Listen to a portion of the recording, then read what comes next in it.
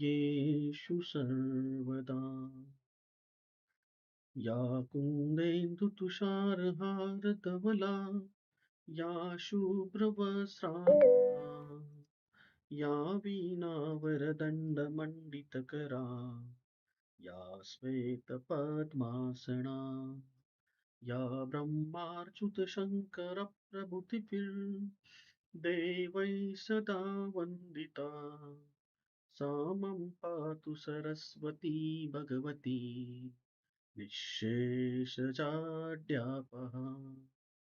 गुरुर्ब्रह्मा गुरुर्विष्णू गुरुर्देवो महेश्वरः गुरुः साक्षात् परब्रह्म तस्मै श्री गुरुवे नमः. भगवान धन्वंतरीला वंदन करूया. ओम शंखं चक्रं च लौका तततमृतघटं चारुदौर्भ्याश्चतुर्भिः सूक्ष्मं स्वच्छान्तिहृदयान्शुकं परिविलसणमौलिमं कालाम्बुदोज्ज्वलाङ्गं कटितटविलसच्चारुपीताम्बराढ्यं वन्दे धन्वन्तरिं तं निखिलगतवनं प्रौढदावाग्निलीलं प्रौढदावाग्निलीलं प्रौढदावाग्निलीलम् नमो सुदेवाय धन्वन्तराय औषधरूपाय महासुदर्शनाय महाविष्णवे नमो नमः. हरि ओम. आपल्या सर्वांचं ह्या प्रथम सत्रामध्ये सहर्ष स्वागत.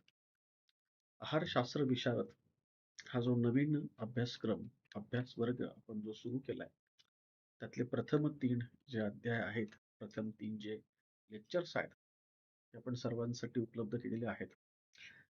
खऱ्या अर्थानं आहारशास्त्र हे काय आहे आणि आहारशास्त्राचा गाभा काय आहे, आयुर्वेदाला आहारशास्त्र कसं अभिप्रेत आहे आणि आपण दैनंदिन जीवनामध्ये काय चुका करतो आहार बनवताना, हे सगळं काही सांगणार असं शास्त्र आणि प्रत्येक वेळेस अपडेटेड होणारं, प्रत्येक वेळेस अपडेट असणारं असं आहारशास्त्र याचा अभ्यास वर्ग आपला आजपासून सुरू होतोय. तर ह्या अभ्यास वर्गामध्ये आपल्या सर्वांचंच मनापासून हार्दिक सहर्ष स्वागत. आपण हे आहारशास्त्र जे पाहणार आहोत प्रामुख्याने आज मार्केटमध्ये आपण जर पाहिलं, अनेक रील्स पाहतो, अनेक YouTube वरती व्याख्यानं पाहतो किंवा अनेक आपल्याला काही क्लिप्स व्हिडिओ आलेले असतात. तर त्याच्यामध्ये काय होतं की प्रत्येक जण कुणीतरी येतो आणि सांगतो तुम्ही हे हे खाल्लं पाहिजे, अमुक अमुक खाल्लं पाहिजे, अमुक अमुक नाही खाल्लं पाहिजे. आणि प्रत्येक जण प्रत्येक वेगवेगळी थेअरी मांडत असतो आणि खऱ्या अर्थाने त्यांचंही बरोबर असतं. परंतु ती फक्त नाण्याची एक बाजू आपल्याला ही पाहायला मिळालेली असते. परंतु खरंच मग आपण होतं काय, की एखादा व्यक्ती ज्यावेळेस येतो आणि सांगतो, की तुम्ही अमुक-अमुक गोष्ट खा आणि आपण त्याला फॉलो करायला लागतो आणि कालांतराने होतं काय, तेवढ्यात दुसरी रील आपल्याला पाहायला मिळते किंवा दुसरा कुठलातरी व्हिडिओ कुठल्यातरी एखादा वैद्यांचा येतो, डॉक्टरांचा येतो, तज्ञांचा येतो आणि पुन्हा मग आपण ते काहीतरी सिद्धांत मांडतात. ते एखाद्या पदार्थाविषयी सगळं गणित तुम्हाला मांडतात आणि मग आपल्याला थोडं कन्फ्युजन होतं, मग आपण तेही फॉलो करायला लागतो. परंतु जर आपण खऱ्या अर्थाने आयुर्वेदाचा अभ्यास केला आणि आयुर्वेदाच्या सिद्धांतानुसार, आयुर्वेदाच्या दृष्टिकोनातनं जर आपण आहारशास्त्र अभ्यासाला सुरुवात केलं, जे खऱ्या अर्थानं BMS कॉलेजला शिकवलं जातं. जे BMS कॉलेजला अभ्यासक्रमामध्ये आहे, जे BMS कॉलेजला किंवा खऱ्या आयुर्वेदाला जे अभिप्रेत असलेलं असं प्राक-वैदिक कालामधलं, वैदिक कालामधलं, पौराणिक कालामधलं, संहिता कालामधलं आणि आधुनिक काळामधलं, त्या सगळ्यांचा आपण जर उहापोह घेतला, त्या सगळ्यांचा जर आपण एक सारांश पाहिला, तर ह्या आहारशास्त्राचं नेमकं गमक काय आहे, तर ते आपल्याला यातनं समजणार आहे. आणि खरं सांगू, तुम्हाला कुठलाही वेगळा पदार्थ खायला जायची गरज नाहीये. किंवा तुम्हाला कुठलाही वेगळा पदार्थ नव्याने बनवायची गरज नाही किंवा अमुक-अमुक कुठलंही एखादं औषध आणायची सुद्धा गरज नाहीये. कारण तुमचं किचन, तुमचं स्वयंपाकघर हेच तुमचं जे आहे, हे प्रामुख्याने तुमचं औषधालय आहे. त्याच्यामुळं हा आहारशास्त्र विषय आपण शिकत असताना, या विषयामध्ये प्रामुख्याने आपल्याला काय पाहायचंय, तर आयुर्वेदाचे सिद्धांत जे आहेत, हे सिद्धांत आपल्याला अनुभवायचेत, अभ्यासायचेत. आणि हे सिद्धांत अनुभवत असताना, हे सिद्धांत अभ्यासत असताना, की नक्की आयुर्वेद काय म्हणतंय, हे आपल्याला पाहायचंय. म्हणून आपण ह्या सत्राला सुरुवात केलेली आहे आणि हे सत्र शिकत असताना बऱ्याचदा आपल्याला खूप काही अशा नवीन गोष्टी शिकायला मिळणार आहेत, नवीन गोष्टी अनुभवायला मिळणार आहेत आणि त्यातनं आपण भरपूर काही नवीन-नवीन गोष्टी ह्या शिकणार सुद्धा आहोत. तर असं हे आहारशास्त्र हे आपण आजपासून सुरू करतोय.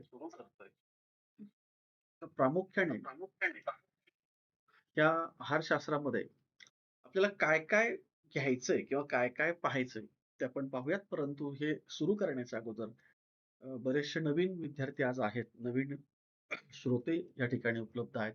तर पहिल्यांदा आपण ओळख करून घेऊयात, की नक्की तुम्हाला शिकवणार आहेत ते कोण आहेत? म्हणजे माझी स्वतःची ओळख जी आहे ती तुम्हाला मी करून देतो. माझं नाव डॉक्टर स्वानंद पंडित आहे. मी ISO certified trainer plus coach आहे. मी स्वतः BMS MD, MD आयुर्वेद आहे पुण्यामधनंच. एक 2 ते 3 मेडिकल कॉलेजला मी फॅकल्टी गेस्ट लेक्चरर सुद्धा आहे. माझं स्वतःचं नॅचरोपॅथी आणि आयुर्वेद याच्यामध्ये अध्ययन झालेलं आहे. तशी पदवी माझ्याकडे आहे आणि अनेक कॉलेजेसला मी लेक्चरर म्हणून उपलब्ध असतो. सामाजिक कार्यामध्ये सुद्धा राष्ट्रीय कार्यकारी संचालक मी आहे. आयुर्वेद गोविज्ञान काउन्सिल या संस्थेचा. पंचगव्य डॉक्टर्स असोसिएशनचा मी माजी पदाधिकारी आहे. माझी राष्ट्रीय प्रवक्ता आहे. गोसेवेच्या राष्ट्रीय गोपरिषदेचा मी कार्यकारी सदस्य आहे. आणि गोसेवा, त्याचबरोबर अनेक सामाजिक संस्था याच्याशी मी संलग्न आहे. व्याख्यान आणि प्रचार-प्रसाराच्या माध्यमातनं. परंतु माझा पिंड हा नवीन काहीतरी घेण्याचा असतो. त्यामुळं कायम अ, अभ्यासात राहणं आणि नवनवीन गोष्टी शिकत राहणं हे मला आवडतं. शक्यतो माझं काम जे चालतं ते भारतीय संस्कृतीमधलं विज्ञान हे लोकांच्या समोर आणायचं. ज्या चालीरीती आहेत, प्रथा परंपरा आहेत, त्याच्या पाठीमागे काही ना काहीतरी विज्ञान होतं. बघा कुठलीही एखादी प्रथा किंवा एखादी परंपरा जेव्हा आपल्या भारतीय संस्कृतीमध्ये सुरू झाली, ती सुरू होत असताना त्याच्या पाठीमागे काही ना काहीतरी एक तात्कालीन असलेला एक सिद्धांत होता, तात्कालीन असं एक कारण होतं. आणि कालांतराने त्या परंपरा, त्या चालीरीती ह्या कालबाह्य झाल्या आणि कालबाह्य झाल्यानंतर सुद्धा त्या समाजामध्ये तशाच राहिल्या आणि म्हणून त्या मग नंतर अंधश्रद्धा म्हणून गणल्या गेल्या. परंतु खऱ्या अर्थानं त्या चालीरीती, त्या परंपरा, हे सण उत्सव हे आपण का साजरे करतो? त्याच्या पाठीमागे नक्की वैज्ञानिक कारणं काय? हे शोधण्याचा माझा प्रयत्न असतो. आणि त्यातनं बरचसं काही असं खजिना तुमच्यासमोर मी ह्याच्यामध्ये घेऊन येणार आहे. येत्या सत्रामध्ये घेऊन येणार आहे. मी संस्कृती आणि परंपरा इतिहास संशोधक आहे. भांडारकर प्राच्यविद्या संशोधन मंडळामध्ये मी एक अभ्यासक आहे. तिथे मी जात असतो आणि बरचसं काही जे जसा वेळ मिळेल तसं शोधत असतो. भारत इतिहास संशोधन मंडळात सुद्धा मी जात असतो. तिथेही माझ्या उपलब्ध वेळेप्रमाणे नवनवीन बुद्धीला खाद्य जसं मिळेल त्याप्रमाणे शोधत असतो. त्याचप्रमाणे सुवर्णशास्त्र, रत्नशास्त्र याचाही मी अभ्यासक आहे, प्रशिक्षक आहे. खादी ग्रामोद्योग भारत सरकारच्या पॅनलवरती आहे. त्याचे प्रशिक्षण आम्ही देत असतो. आणि साहजिकच भारतीय संस्कृती, परंपरा ह्याचा आवड असल्यामुळं मोडी लिपी आणि ब्राह्मी लिपी अ, ह्याचा सुद्धा एक बेसिक ज्ञान आहे. वाचता येते, ओळखता येते. कारण बऱ्याचशा रेफरन्सेस कारण कुठलाही एखादी गोष्ट मांडायची म्हटलं समाजासमोर तर पुरावा लागतो. इव्हन आयुर्वेदामधला असला काय किंवा मेडिकल सायन्स मधला असला काय. मग तो मांडताना बेस शोधताना जुन्या काळात गेलं की मग मोडी लिपी आणि ब्राह्मी लिपीमध्ये जायला लागतं. मग तेही थोडं आपल्याला मुडकं-तुडकं का होईना थोडंफार जमतंय. आमचं पंचगव्य क्रांती अभियान चालू आहे. ह्याच्यातनं प्रचार-प्रसाराचं काम चालू आहे. पंचगव्य क्रांती अभियानाच्या अंतर्गत आम्ही देशी गोवंश, जी गोमाता आहे, तिचा प्रचार-प्रसार बऱ्याचदा करत असतो आणि त्याच्या प्रचार-प्रसाराच्या माध्यमातून तिचं विज्ञान म्हणजे एक आपण सायन्स आपण जे म्हणतो, हे लोकांसमोर आणायचा प्रयत्न मी करतो. म्हणजे गायीला फक्त तुम्ही धार्मिक दृष्टिकोनातनं पाहू नका. तिच्यामधलं विज्ञान पहा, त्याच्यामधली फार्माकॉलॉजी पहा काय आहे ती आणि ती किती गरजेची आहे आजच्या काळामध्ये. ह्याचे सुद्धा शिबिरं, व्याख्यानं अनेक ठिकाणी महाराष्ट्रामध्ये होत असतात. आयुर्वेद साक्षरता अभियान आहे. आयुर्वेद घराघरापर्यंत पोहोचला पाहिजे. कारण 85% आजार तुम्ही तुमच्या स्वयंपाकघरातनं रिपेअर नीट करू शकता, व्यवस्थित बरे करू शकता. फक्त थोडंसं ज्ञान तुम्हाला असणं गरजेचं आहे. आणि हे फक्त डॉक्टरांनाच जमावं असं काही नाही. सर्वसामान्य माणूस सुद्धा अगदी सर्दी झाल्यावर पण आपण हळद दूध घेतोच की किंवा जुन्या काळामध्ये आपण शेंगोळ्या खायचो. त्या का खायचो? कारण त्या शेंगोळ्या तुमची सर्दी घालवत असायची. आपण ज्या हुलग्याच्या त्या किंवा आपण हुलग्याचं माडगं आपण जे म्हणायचो, हे जुन्या काळचे असलेले काही पदार्थ असे आहेत ना, आहारशास्त्रामधले, आयुर्वेदामधले, की इतके प्रामुख्याने जर आपण पाहिलं वैद्यकीय अँगलने बनवलेले असतात, की ते तुम्हाला पोषण देण्याबरोबर तुम्हाला संस्कृती पण जपत असतात आणि तुमचे आजार पण घालवत असतात.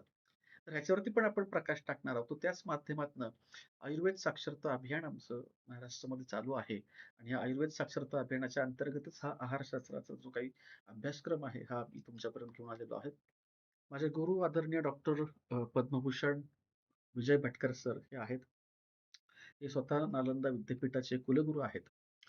त्यांनी भारतामधला पहिला सुपर कॉम्प्युटर बनवला. त्यांच्या मार्गदर्शनाने आणि त्यांच्या आशीर्वादाने प्रेरणा घेऊन मी हे काम सुरू केलेलं आहे. त्यांचा बऱ्याचदा पाठिंबा असतो. महाराष्ट्र सरकारच्या पोलीस विभागाला सुद्धा माझे प्रशिक्षण असतात. कारागृह विभागामध्ये असतात. अनेक मेडिकल कॉलेजला मी फॅकल्टी गेस्ट लेक्चरर आहे. आणि नवीन एक कन्सेप्ट आम्ही डेव्हलप करतोय, की मेडिकल प्रवचनं किंवा मेडिकल कीर्तनं ही समाजामध्ये रुजली पाहिजेत. कारण आध्यात्मिक भरपूर आहेत आणि भरपूर कीर्तनकार आहेत. परंतु आता कीर्तनांच्या माध्यमातून काय खावं, काय नाही खावं, कुठल्या आजारावरती काय केलं पाहिजे, ह्याची सुद्धा कीर्तनं, प्रवचनं सुरू झाली पाहिजे. ह्याच्यासाठी आम्ही आग्रह आहोत. आणि ही एक चळवळ त्यातनं उभारलेली आहे. त्यातलाच हा एक पार्ट आहे. मी स्पिरिच्युअल लेक्चरर आहे, जेमॉलॉजिस्ट आहे. रत्नांचं पारख आणि चिकित्सीय दृष्टिकोनातनं त्याचा अभ्यास चालू आहे. शक्यतो दैव व्यापश्रय चिकित्सा, कारण चिकित्सेचे अनेक प्रकार असतात. आपण ज्यावेळेस एखादी ट्रीटमेंट करतो पेशंटवरती, तर आयुर्वेदाच्या दृष्टिकोनातनं दैव व्यापस्रो चिकित्सेवरती जास्त भर असतो, जेणेकरून लोकांना जास्तीत जास्त माहिती त्याची मिळावी आणि हिलिंगच्या बेसनी ते नीट व्हावे. भृगुनंदी नाडी ज्योतिष याच्यावरतीही अभ्यास आहे. आणि बऱ्याचदा पत्रिकेमधलं विज्ञान, आता हे फलज्योतिष वगैरे सगळं जाऊ देत किंवा भविष्य सांगणं हा 2 मिनिटं विषय जर आपण बाजूला ठेवला, तर पत्रिका खऱ्या अर्थानं तुमचा रिपोर्ट कार्ड आहे. जसं आपण एखाद्या हॉस्पिटलला गेल्यानंतर तुमचे सगळे जुने मेडिकल रिपोर्ट चेक केल्याशिवाय डॉक्टर तुमच्यावरती ट्रीटमेंट करत नाही. अगदी तसंच तुमचे आपण सायकियाट्रीच्या अँगलने जर पाहिलं, तर सायकियाट्रीच्या अँगलने की तुमची स्वभाव कसा असू शकतो आणि तुमचं असलेले मानसिकता कशी असू शकते, त्यातनं तुम्हाला कुठले औषधोपचार करणं गरजेचं आहे. ह्यातलं एक विज्ञान बाहेर आणण्याचं काम ह्या भृगुनंदी नाडी ज्योतिषच्या माध्यमातनं तर चालू आहे. हाही त्याच्यामध्ये विषय आहे. तर अशी माझी एक सर्वांगीण ओळख आहे आणि माझा आवडता विषय म्हणजे आहारशास्त्र, पाककला आणि भारतीय परंपरा. तर त्यातलाच आपण आहारशास्त्र हा जो विषय आहे, तो आज आपण अभ्यासणार आहोत. तर तुमचं पुनश्च एकदा सर्वांचं मनापासून सहर्ष स्वागत करतो आणि आपल्या आजच्या मुख्य विषयाला सुरुवात करतो. आज आपल्याला जाणून घ्यायचंय आहारशास्त्र म्हणजे काय? बघा, आहारशास्त्र म्हणजे डायट नाहीये. पहिल्यांदा ही गोष्ट आपण लक्षात ठेवली पाहिजे. कारण आज जो तो उठतो तो डायट बनवायच्या पाठीमागे लागतो. परंतु एक लक्षात ठेवा, डायट हा आहारशास्त्रातला एक भाग आहे. म्हणजे डायट म्हणजे पूर्ण आरोग्य नव्हे. आजकाल म्हणजे सर्वसामान्य व्यक्तींचं सोडा, म्हणजे आमच्यासारख्या डॉक्टरांचं सुद्धा आपण जर पाहिलं, म्हणजे अनेक चिकित्सा पद्धती वेगवेगळ्या आहेत. कोणी बी-एच-एम-एस असतो, कोणी बी-एम-एस असतो, कोणी एम-बी-बी-एस असतो. आणि ज्यावेळेस जनरल फिजिशियन प्रॅक्टिस करत असताना, त्याला पेशंट सर्वसामान्यपणे विचारतो, सर्दी खोकला असेल, पडसा असेल किंवा इतर कुठले सामान्य आजार असतील, तर डॉक्टर मी काय खाऊ? तर डॉक्टर सहजपणे सांगतात, "काही नाही, साधं वरण-भात खा किंवा हलकं अन्न खा. जास्त तेलकट, तुपट खाऊ नको." म्हणजे हे ठरलेलं वाक्य असतं प्रत्येक डॉक्टरांचं आणि बिनधास्तपणे ठोकून देतात. आता खरं सांगायचं झालं त्यांनाही वेळ नसतो, कारण बाहेर पेशंट वेटिंगला बसलेले असतात. कुठं मी डाएट चार्ट देत बसू? कारण आय एम नॉट डायटिशियन असं ते थोडक्यात एक त्यांची मनोवृत्ती झालेली असते आणि सर्वसामान्यपणे ढोबळपणे तुम्हाला ते सरसकट सांगून टाकतात, तुम्ही वरण-भात खा किंवा हलकं अन्न खा आणि शुद्ध अन्न खा, ताजं अन्न खा, तेलकट, तुप्पट बाहेरचं सगळं बंद. हे एक ठरलेला पंच हा प्रत्येक डॉक्टर मारत असतो. परंतु खरं सांगू का, की प्रत्येक आजारावरती तुमचा वरण-भात काही काम करत नाही. कारण त्या वरण-भातावरचे संस्कार तुम्हाला बदलायला लागतात आणि हे तुम्हाला कुठलाच डायटिशियन सांगणार नाही. कारण त्यांना ते माहितीच नाही. आजकालचं डायट जर आपण विचार केला, तर हे फक्त कसं झालंय, की carbohydrates, proteins, minerals, vitamins, fats, that's it झालं. ह्यांचं फक्त बॅलन्सिंग करायचं. प्रोटीनवाला डायट घ्या, कॅल्शियमवाला डायट घ्या, फक्त एवढंच. पण ह्याच गोष्टी फक्त महत्त्वाच्या नाहीयेत. म्हणजे ह्या गोष्टी गरजेच्या आहेत, नाही असं नाही. कारण तो पण एका शास्त्राचा भागच आहे. परंतु ह्या गोष्टीच फक्त त्याच्यावरती फोकस करून उपयोग नाही. आपल्याला प्रकृती समजणं महत्त्वाचं आहे. आपली शरीर प्रकृती कुठली आहे? आपल्या शरीराचा डी आपल्याला काय सांगतोय? आपलं शरीर आपल्याला काय सांगतं ते तुम्हाला प्रत्येक वेळेस सांगत असतं. ते ओळखता येणं गरजेचं आहे. आणि एकदा आपण आपल्या शरीराला ओळखलं, आपलं शरीर काय सांगतंय, शरीराची भाषा आपल्याला समजली, की नंतर मग बघा तुम्हाला डॉक्टरांकडे जायची कधीच गरज पडणार नाही. आणि म्हणून ह्याचा सगळ्यात बेस जो आहे, आजार निर्माण का होतात? तुमच्या स्वयंपाकघरातनं. आणि तुम्ही निरोगी कधी राहता? तर तुमच्या स्वयंपाकघरात. त्याचं उत्तर तिथं सापडतं. आणि मग स्वयंपाकघरात बनतं काय? आहारशास्त्र सांगतं काय? की स्वयंपाकघरात आपण बनवतो तो म्हणजे आपल्या परंपरानुसार भारतीय परंपरा आणि आयुर्वेदाच्या अँगलने आहारशास्त्र संकल्पना. आहार काय आहे? बघा ह्या आहाराला अनेक वेगवेगळी अशी नावं आहेत. आणि ह्या वेगवेगळ्या नावांच्या सोबतच जर आपण पाहिलं, प्रत्येकाची संकल्पना सुद्धा वेगळी आहे. ती आपण जाणून घेणं गरजेचं आहे. आहार म्हणजे फक्त जेवण करणे नव्हे. आहार ही संकल्पना वेगळी आहे, भोजन ही संकल्पना वेगळी आहे, जेवण ही संकल्पना वेगळी आहे. भक्षण, न्याहारी, मेजवानी, अल्पोपहार, सायंभोजन, व्यालू हे सगळे आहाराचे प्रकार वेगळे आहेत. आणि प्रत्येकाचा वेगळा सिद्धांत आहे आणि प्रत्येकाचं असलेलं वेगळं एक उद्देश आहे. आपण करतो काय? सहज विचारतो, "झालं का जेवण?" जेवण आपण सगळेजण जेवणच करतो. आपण आहार घेत नाही. खरं तर आपण आहार घेतला पाहिजे. जेवण कधीतरी ठीक आहे. जेवण म्हणजे काय? जेवण ही संकल्पना जर आपण पाहिली, जेवण कशाला म्हणायचं? जे तुम्हाला जीवन प्राप्त करून देतं, जगायसाठी फक्त ताकद देतं, त्याला जेवण म्हणतात. मग जेवणामध्ये काय असतं? एक पोळी, एक भाजी किंवा एक भाकरी, एक पोळी, चटणी संपलं किंवा लोणचं. ह्याला जेवण म्हणतात. पण आहार तसा नाहीये. आहार हा पूर्णपणे आरोग्याच्या दृष्टिकोनातनं, आयुर्वेदाच्या दृष्टिकोनातनं तुमचं सर्वांगीण पोषण करण्यासाठी असतो. म्हणून आहार आणि ह्या बाकीच्या गोष्टींमधला आपण सगळा विषय समजून घेतला पाहिजे. आणि ह्या जेवणाला खूप वेगवेगळी नावं आहेत. म्हणजे पहा तुम्ही म्हणाल, क्रिया तर एकच आहे ना. पोटात टाकलं तर तुमच्या म्हणजे मुखात टाकलं तर पोटातच जाणार आहे. मग एवढी नावं द्यायची गरज काय? आणि याचे उद्देश काय? पण प्रत्येक आहाराचा असलेला ह्या प्रत्येक प्रकाराचा वेगवेगळा असा आपल्याला त्या ठिकाणी उद्देश पाहायला मिळतो. बघा, आपण ज्यावेळेस जीव वाचवण्यासाठी किंवा जीवन जगण्यासाठी जे खातो, त्याला जेवण म्हणतो. फक्त पोटभरी ज्याला आपण म्हणतोय, की पोटाला आराम मिळाला पाहिजे, काहीतरी ऊर्जा मिळाली पाहिजे, ते जेवण. जे जीवन तुम्हाला निर्माण करून देतं, जीवन उत्पन्न करून देतं, थोडंसं जगण्यासाठी ऊर्जा देतं, त्याला जेवण आपण म्हणतो. भोजन हे वेगळं आहे. ज्यावेळेस त्या जेवणावरती सात्विक संस्कार केले जातात ना, ज्यावेळेस जेवणावरती सात्विक संस्कार करतात, त्यावेळेस त्याला भोजन असं म्हणतात. मग आपण म्हणतो ना ब्राह्मण भोजन किंवा अमुक-अमुक देवकार्याचं भोजन. तर भोजन आणि जेवण ह्यातला हा फरक आहे. जेवण काय कुठेही बसला, कसंही बसला, पोटात टाकलं, पोट भरलं, दॅट्स इट संपलं. पोटात जाणार आहे. आणि पोटाला फक्त कार्बोहायड्रेट्स, मिनरल्स, व्हिटॅमिन्स आणि तुमचे असलेले प्रोटीन्स हे मिळणार आहेत. फॅट्स तुमच्या मिळणार आहेत. हे जेवण आहे. पण भोजन तसं नाहीये. भोजन ज्यावेळेस आपण त्याच्यावरती संस्कार करतो, जुन्या काळामध्ये आठवा ज्यावेळेस आपण आपल्या घरामध्ये एखादी पूजा असते देवाची आणि जे आपण नैवेद्याचं ताट ठेवतो आणि नैवेद्याच्या ताटामध्ये ज्यावेळेस षड्रसयुक्त सगळा आहार असा असतो, तिथं आपण देवाला नैवेद्य दाखवतो आणि तो नैवेद्य दाखवल्यानंतर तिथं आपण पूजा करतो आणि जो सत्वगुण वातावरणामध्ये उत्पन्न करतो, निर्माण करतो आणि त्या सत्वगुणांनी आपण एक तुळशीचं पान त्या ताटामध्ये ठेवतो, त्या पानामध्ये ठेवतो आणि तो सगळा आहार हा तुमचा सत्वगुणी असा झालेला असतो. निगेटिव्हिटी पूर्ण गेलेली असते. भोजनाला नियम आहेत. जेवणाला नियम नाहीयेत. आणि मग ते ठरतं ते भोजन. परंतु भोजन हे प्रत्येक वेळेस तुम्हाला पोषण देईलच असं काही नसतं. पोषण देण्यासाठी त्या भोजनाचा आहार होणं गरजेचं आहे. आणि मग आहार जो आहे हा कसा असतो? षडविध आणि षड्रसयुक्त. कारण जसं आपण म्हणतो ना, की तुमच्या शरीराला प्रोटीन्स हवेत, कार्बोहायड्रेट्स हवेत, व्हिटॅमिन्स हवेत, कॅल्शियम हवंय, फॉस्फरस सगळे जे काही असलेले न्यूट्रिएंट्स हवेत ना, मग ते न्यूट्रिएंट्स कशातनं मिळणार आहेत? तर आयुर्वेद हेच सांगतं, की तुम्ही षड्रसयुक्त आहार घ्या. म्हणजे 6 रसांनी युक्त असलेला आहार, तो तुमचा आहार ठरतो. भक्षण हे वेगळं आहे. भक्षण म्हणजे फक्त तोडून खायचंय.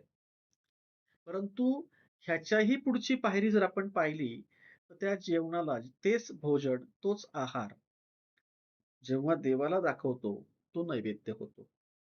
आणि देवाच्या परमकृपेने, त्याच्या परमदृष्टीने, आशीर्वादाने जो पुनश्य आपल्याला प्राप्त होतो, तो होतो प्रसाद. आणि ज्यावेळेस आपण आता वारी निघते बघा, वारीला आपण जे देतो त्याला पंगत म्हणतात. ते पण जेवणाचाच प्रकार आहे. पण पंक्तीला यजमान असतो आणि भंडारा जो असतो तो सगळ्या गावाचा असतो, देवस्थानाचा असतो. त्याला यजमान नसतो. तिथं सगळे सारखे असतात. कितीही श्रीमंत असला तरी पण लाईनमध्येच येऊन त्याला घ्यायला लागतं. आणि कितीही गरीब असला तरी पण तिथं उच्च-नीच असा काही भाव म्हणजे हा जो आहे फरक त्या ठिकाणी नसतो बंधाऱ्यामध्ये. म्हणजे जेवणाचेच किती प्रकार आपण पाहतो या ठिकाणी म्हणजे एवढे आपल्याला आपल्या संस्कृतीने दिलेले आहेत. प्रत्येक ठिकाणी त्याचा उद्देश वेगळा आहे. आणि लांबचं कशाला, की आपल्या घरामध्ये किंवा आपल्या नातेवाईकांमध्ये, आप्तेष्टांमध्ये ज्यावेळेस एखादी माता ज्यावेळेस ती गरोदर असते किंवा ज्यावेळेस तिथं पण आपण डोहाळे जेवण, ज्याला आपण सहज भोजन असं म्हणतो. कारण त्या बाळावरती ह्या सृष्टीमध्ये यायच्या अगोदरच आपण भोजनाचा संस्कार केलेला असतो. आणि त्या मातेचं तर जाऊ देच. परंतु ज्यावेळेस आपल्याकडे 16 संस्कारांपैकी पहिला जो संस्कार जो आपला आहे महत्वाचा विवाह संस्कार, ह्या विवाह संस्काराच्या अगोदर सुद्धा आपण गडंगर किंवा केळवण करत असतो. तुम्हाला माहिती आहे का या दोघांमध्ये फरक आहे? गडंगर वेगळं आहे आणि केळवण वेगळं आहे.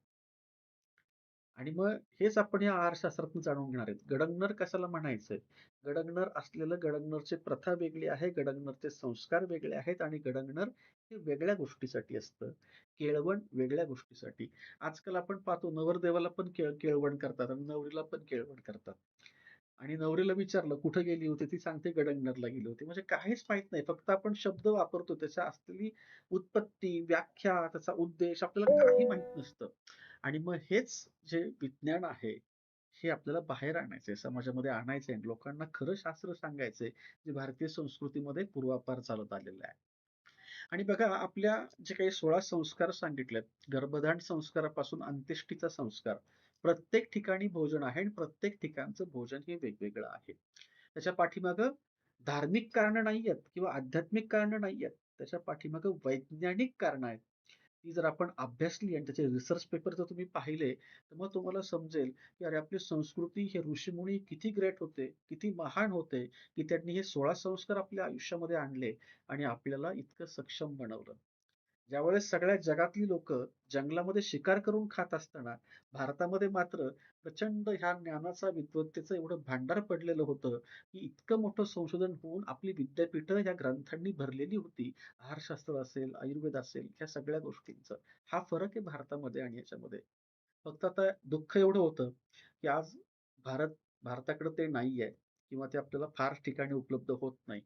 परंतु ह्याची चळवळ सुरू होणं, लोकांपर्यंत पोहोचणं गरजेचं आहे. आपली संस्कृती पोहोचणं गरजेचं आहे. कारण आपल्या संस्कृतीसारखं आपण तुम्हाला कुठंही त्याचं जास्त महत्त्व पाहायला मिळणार नाही. आता आजकाल आहारशास्त्राबद्दल जर आपण म्हटलं, तर अनेकांमध्ये कन्फ्युजन आहे. म्हणजे इतकं कन्फ्युजन आहे, की 50 वर्षापूर्वीचं थोडं आपण पाठीमागे गेलो. एक ग्रामीण भागामध्ये म्हणा किंवा शहरांमध्ये म्हणा.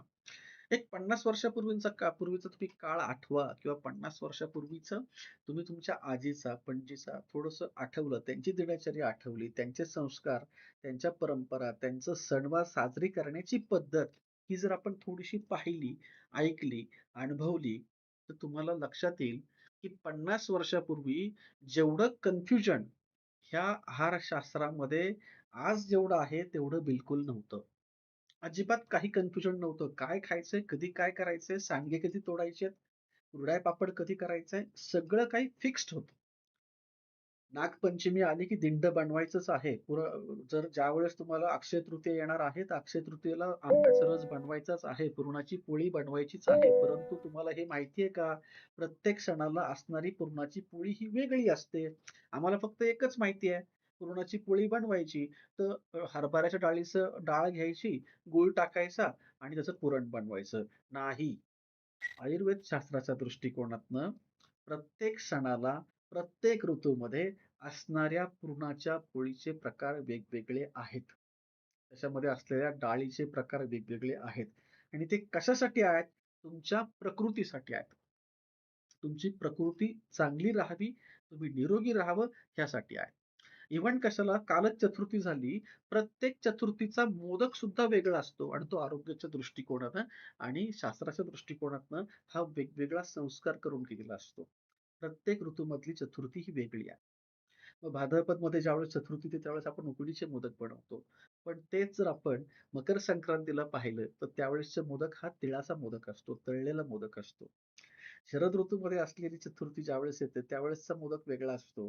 पावसाळ्यातली चतुर्थ्या ज्या आहेत, त्याचा मोदक वेगळा असतो. उन्हाळ्यातल्या चतुर्थ्यांचा मोदक हा जो आहे, हा वेगळा असतो. ह्याचं खूप मोठं विज्ञान आहे आणि ज्यावेळेस आपण एक मेडिकल अँगलने, मेडिकलच्या दृष्टिकोनातून आपण पाहतो, त्यावेळेस कळायला लागतं, की अरे बापरे! हे असं पण काही आहे का? आम्हाला फक्त एवढंच माहिती होतं, की मोदक फक्त असाच असतो, तळलेला असतो किंवा उकडीचा असतो. तर तसं नाहीये ते. मोदकामध्ये पण सारण कुठं भरायचं? कारण मोदक हा औषधींचा एक प्रकार आहे. आता आमच्याकडं आयुर्वेदामध्ये अभयाधी मोदक नावाची एक टॅबलेट येते. ती विरेचनसाठी असते. ज्यावेळेस तुमचं शरीर शुद्ध करायचंय, तर ती अभयाधी मोदक नावाची टॅबलेट दिली जाते. आता त्याच्या शेवटी काय अभयादी मोदक. तर मोदक काय हा वटीचा प्रकार आहे. जसं वटी, वरती तसं मोदक जो आहे हा सुद्धा एक औषधाचा प्रकार आहे. आणि आपल्या ऋषीमुनींनी तो आपल्या संस्कृतीला जोडलाय, सणांना जोडलाय आणि तो कधी कसा असावा त्याचं सांगणारं विज्ञान हे चतुर्थीचं विज्ञान आहे. म्हणून ह्या सगळ्या गोष्टी आपण जाणून घेतल्या पाहिजेत. आज प्रत्येकाला प्रश्न पडतो, की मी काय खावं? किती जेवायचं? आता होतं काय, की एकदा जेवायचं की दोनदा जेवायचं का तीनदा जेवायचं? हा पहिला प्रश्न असतो. त्यानंतर आता कुणीतरी येतो आणि एखादा कुणीतरी वक्ता येतो किंवा एखादा रील येतो आणि एखादा वैद्य येतात, डॉक्टर येतात आणि सांगतात, की माणसाने नेहमी दिवसातनं 2 वेळा जेवलं पाहिजे. आणि तो सिद्धांत समजून सांगतात आणि तो इतका प्रभावीपणे सिद्धांत समजून सांगतात. आपण पण ते मन लावून ऐकतो आणि आपल्याला वाटतं, येस मला जे हवं होतं ते हेच हवं होतं आणि बास मला जे पाहिजे ते मला मिळालंय. आणि मग आपण दिवसातनं 2 वेळा जेवायला लागतो आणि मग ते आपलं रुटीन पडायला लागतं. तेवढ्यात होतं काय पुढच्या आठवड्यामध्ये अजून कोणतरी एखादा तिसरा व्यक्ती येतो आणि तो सांगतो, "अरे बेटा 2 वेळा जेवायचं नसतं, 3 वेळा जेवायचं असतं. तुला कुणी सांगितलं 2 वेळा जेवायला?" आणि 3 वेळा का जेवायचं ह्याचा पण सिद्धांत तो इतका प्रभावीपणे समजून सांगतो, की आपल्याला वाटतं नाही, नाही खरं आपलं चुकलं बरं का 2 वेळा नाही आपण 3 वेळा जेवलं पाहिजे. आणि 3 वेळा जेवायला पण सुरुवात करतोय ना करतोय. तोच परत तिसरा कोणतरी अजून एखादा व्यक्ती येतो आणि तो सांगतो, "अरे वेड्यांनो 2 वेळा पण नाही, 3 वेळा पण नाही, दिवसातनं फक्त एकदाच जेवायचं असतं. तुम्ही जर फक्त एकदाच जेवला, तरच तुम्हाला चांगलं आरोग्य प्राप्त होणार आहे." आणि मग तो सुद्धा सिद्धांत इतक्या प्रभावीपणे समजून सांगतो, इतक्या प्रभावीपणे समजून सांगतो, आपल्याला पटायला लागतं. आपण त्याचे फॉलोवर बनतो. आणि मग होतं काय, आपण कधीतरी आजारी पडलं, की मग ज्यावेळेस हॉस्पिटलला जातो मोठ्या, तेव्हा डॉक्टर सांगतात, "हे चुकतंय तुमचं, असं एक वेळेस नाही जेवलं पाहिजे. तुम्ही नेहमी अ, थोडं-थोडं खाल्लं पाहिजे. 15-15 1-2-2 तासाने थोडं-थोडं खाल्लं पाहिजे. समजा एखादा डायबिटीसचा पेशंट असेल, दर 2 तासाने खा, दर 3 तासाने खा, असं डॉक्टर सांगतात. आता त्यांचंही बरोबर आहे, पण कसं आहे, अर्ध सत्य आहे, पूर्ण सत्य नाही. आणि मग ते सुद्धा तो सिद्धांत इतक्या प्रभावीपणे समजून सांगतात, की मग मात्र आपलं कन्फ्युजन व्हायला लागतंय. अरे खायचंय तर नक्की किती वेळा खायचंय? सकाळी जेवायचंय का दुपारी जेवायचंय का संध्याकाळी जेवायचंय? कोणीतरी येतो म्हणतो सकाळचं जेवण हे राजासारखं असावं. दुपारचं जेवण तुमचं हे प्रधानासारखं असावं. संध्याकाळचं जेवण भिकाऱ्यासारखं असावं. अतिशय थोडं खा. मग आपल्याला ते पटायला लागतं. नंतर मग परत दुसरा एखादा डॉक्टर येतो तो सांगतो, "नाही, नाही तसं नाही. तुम्ही सकाळी भरपूर खा, संध्याकाळी भरपूर खा, दुपारी नाही खाल्लं तरी चालतं." मग परत कन्फ्युजन व्हायला लागतं. परत कुणीतरी येतो तो सांगतो, "दुपारी भरपूर जेवा, सकाळी भरपूर जेवा संध्याकाळचं जेवणच बंद करून टाका." मग सर्वसामान्य माणसाच्या डोक्यामध्ये इतके विचार येतात आणि त्याला वाटायला लागतं की नक्की करू काय? मी 3 वेळा भोजन करू? का 4 वेळा करू? का 2 वेळा करू? काही कळत नाही. मग कुणीतरी परत मध्ये उठतो, तो म्हणतो पाणी बसून प्यायचं असतं, उभं राहून पाणी प्यायचं नसतं. मग परत कन्फ्युजन, का उभं राहून पिलं तर काय प्रॉब्लेम आहे? काय अडचण येते? मग उभं राहून पाणी प्यायचं असेल तर मग मी प्यायचंच नाही का? मग बसायचं म्हटल्यावर मला खुर्ची लागेल. मग ते कसं करता येईल? असे 100 प्रश्न आपल्या मनामध्ये आलेले असतात ह्या आहाराबद्दल, आपल्या हेल्थबद्दल आणि ह्या भोजनाबद्दल. आणि हे सगळं कन्फ्युजन पाहिल्यानंतर स्वयंपाकघरामध्ये काम करणारी जी गृहिणी आहे किंवा स्वयंपाकघराची जी मालकीण, जी अन्नपूर्णा देवी आपल्या घरातली, आपली पत्नी असेल, आई असेल किंवा इतर कोणी असेल, बहीण असेल, तर ह्यांचं मात्र त्यांना पडणारा प्रश्न हा वेगळाच असतो. आता ह्यांचा प्रश्न वेगळा काय? म्हणजे हा सर्वसामान्य माणसाचा तर प्रश्न झालाच किती वेळा जेवायचं, हा तर प्रश्न आहेच आहे. परंतु ह्या गृहिणीला पण पडणारा प्रश्न असा असतो, की उद्या काय भाजी बनवायची? उद्या डब्याला काय न्यायचं? उद्या सोमवार आहे, आठवड्यातला पहिला दिवस आहे, मुलांना शाळेत जायचंय, नवऱ्याला ऑफिसला जायचंय. मग नवऱ्याला काय दिलं पाहिजे भाजी? मुलांना काय दिली पाहिजे? घरामध्ये सासू-सासऱ्यांना, सासूला डायबिटीस आहे, ब्लड प्रेशर आहे, मग तिला काय जेवायला द्यायचं? सासऱ्यांना संधिवाताचा प्रॉब्लेम आहे, गुडघा दुखतोय, चालता येत नाही, धाप लागते, त्यांना काय दिलं पाहिजे? घरामध्ये छोटा दीर आहे, तो स्पोर्ट्सला जातो, मग त्याला काय दिलं पाहिजे? मग दीर सांगतो, की नाही मला प्रोटीनयुक्त आहार द्या. कारण दीराचा जो आहे, जो स्पोर्ट्समन आहे, तो खेळतो किंवा चांगलं त्याचा व्यायाम जो जिमला जातो, त्याला प्रोटीनचा आहार लागतो. तो म्हणतो नाही प्रोटीन द्या, प्रोटीनची मात्रा मला जास्त पाहिजे. इकडे सासरे म्हणत असतात, माझे गुडघे दुखतात, कंबर दुखतात, जरा त्याच्यावरती काहीतरी असं जेवण बनवू, जरा बरं वाटेल, आराम पडेल. हे करताना सासूबाई मध्येच सांगतात, की "अरे गोड काही बनवू नका, मला खाता येत नाही कारण मला शुगर आहे." नवरा सांगतो, "काहीतरी चांगलं चमचमीत बनव, दुपारच्या वेळेस जरा पोट भरलं पाहिजे आणि खाता आलं पाहिजे." आणि मुलांचं वेगळंच असतं शाळेतल्या, की काय न्यायचं? सँडविच न्यायचंय का? इडली न्यायची आहे का? अजून दुसरं काय न्यायचंय? मग टिफिनला पण मग कारल्याची भाजी असेल तर मुलं म्हणतात, "नाही, आम्ही खाणारच नाही." आणि ह्या सगळ्या चक्रामध्ये ती बिचारी गृहिणी अडकलेली असते. पण खरं सांगू का? हे जे कन्फ्युजन आहे ना, हे 50 वर्षापूर्वी कधीच नव्हतं. या सगळ्यांचा डायट मेंटेन करता येतो एकाच ह्याच्यामध्ये. कारण का? या सगळ्यांना काय हवंय? आता प्रत्येकासाठी वेगवेगळा स्वयंपाक करायचा का? तर अजिबात नाही. कारण या प्रत्येकाला जे हवंय, ह्यांच्या शरीरासाठी हवंय, त्यांच्या शरीराचं पोषण होण्यासाठी हवंय. त्याचबरोबर त्यांच्या मनाचं पोषण होणं हे सुद्धा तितकंच गरजेचं आहे. आणि मग ह्यासाठी जन्म होतो, ह्यासाठी पुढे येतं ते आयुर्वेदामध्ये असलेलं आहारशास्त्र. आता आहार या शब्दाची उत्पत्तीच पहा. आहार म्हणजे काय? आर्य इति पोषणार्थ इति आहारः. म्हणजे अधिक हर ह्या 2 शब्दांनी आहार हा शब्द बनलाय. जसं आपण म्हणतो, आता आपण प्लॅटफॉर्मवरती गेलो किंवा एअरपोर्टला गेलो, तर तिथं 2 पाट्या असतात पहा. एक अराव्हेलची असते आणि एक डिपार्चरची असते. म्हणजे आगमन आणि निर्गमन. तर एखादी गाडी रेल्वे प्लॅटफॉर्मवरती आली, तर आपण त्याला काय म्हणतो? आगमन किंवा फ्लाइट एअरपोर्टवरती आली, तर आपण काय म्हणतो? आगमन. आणि ज्यावेळेस ती गेली, एखादी फ्लाइट प्लॅटफॉर्मवरनं किंवा एअरपोर्टवरनं गेली, तर आपण काय म्हणतो? गमन किंवा एखादी ट्रेन समजा प्लॅटफॉर्मवरनं गेली, तर आपण काय म्हणतो? गमन. मग गमन म्हणजे जाणे आणि त्याच्याच विरुद्ध काय? आगमन म्हणजे येणे. तसं हर म्हणजे हरण होणे.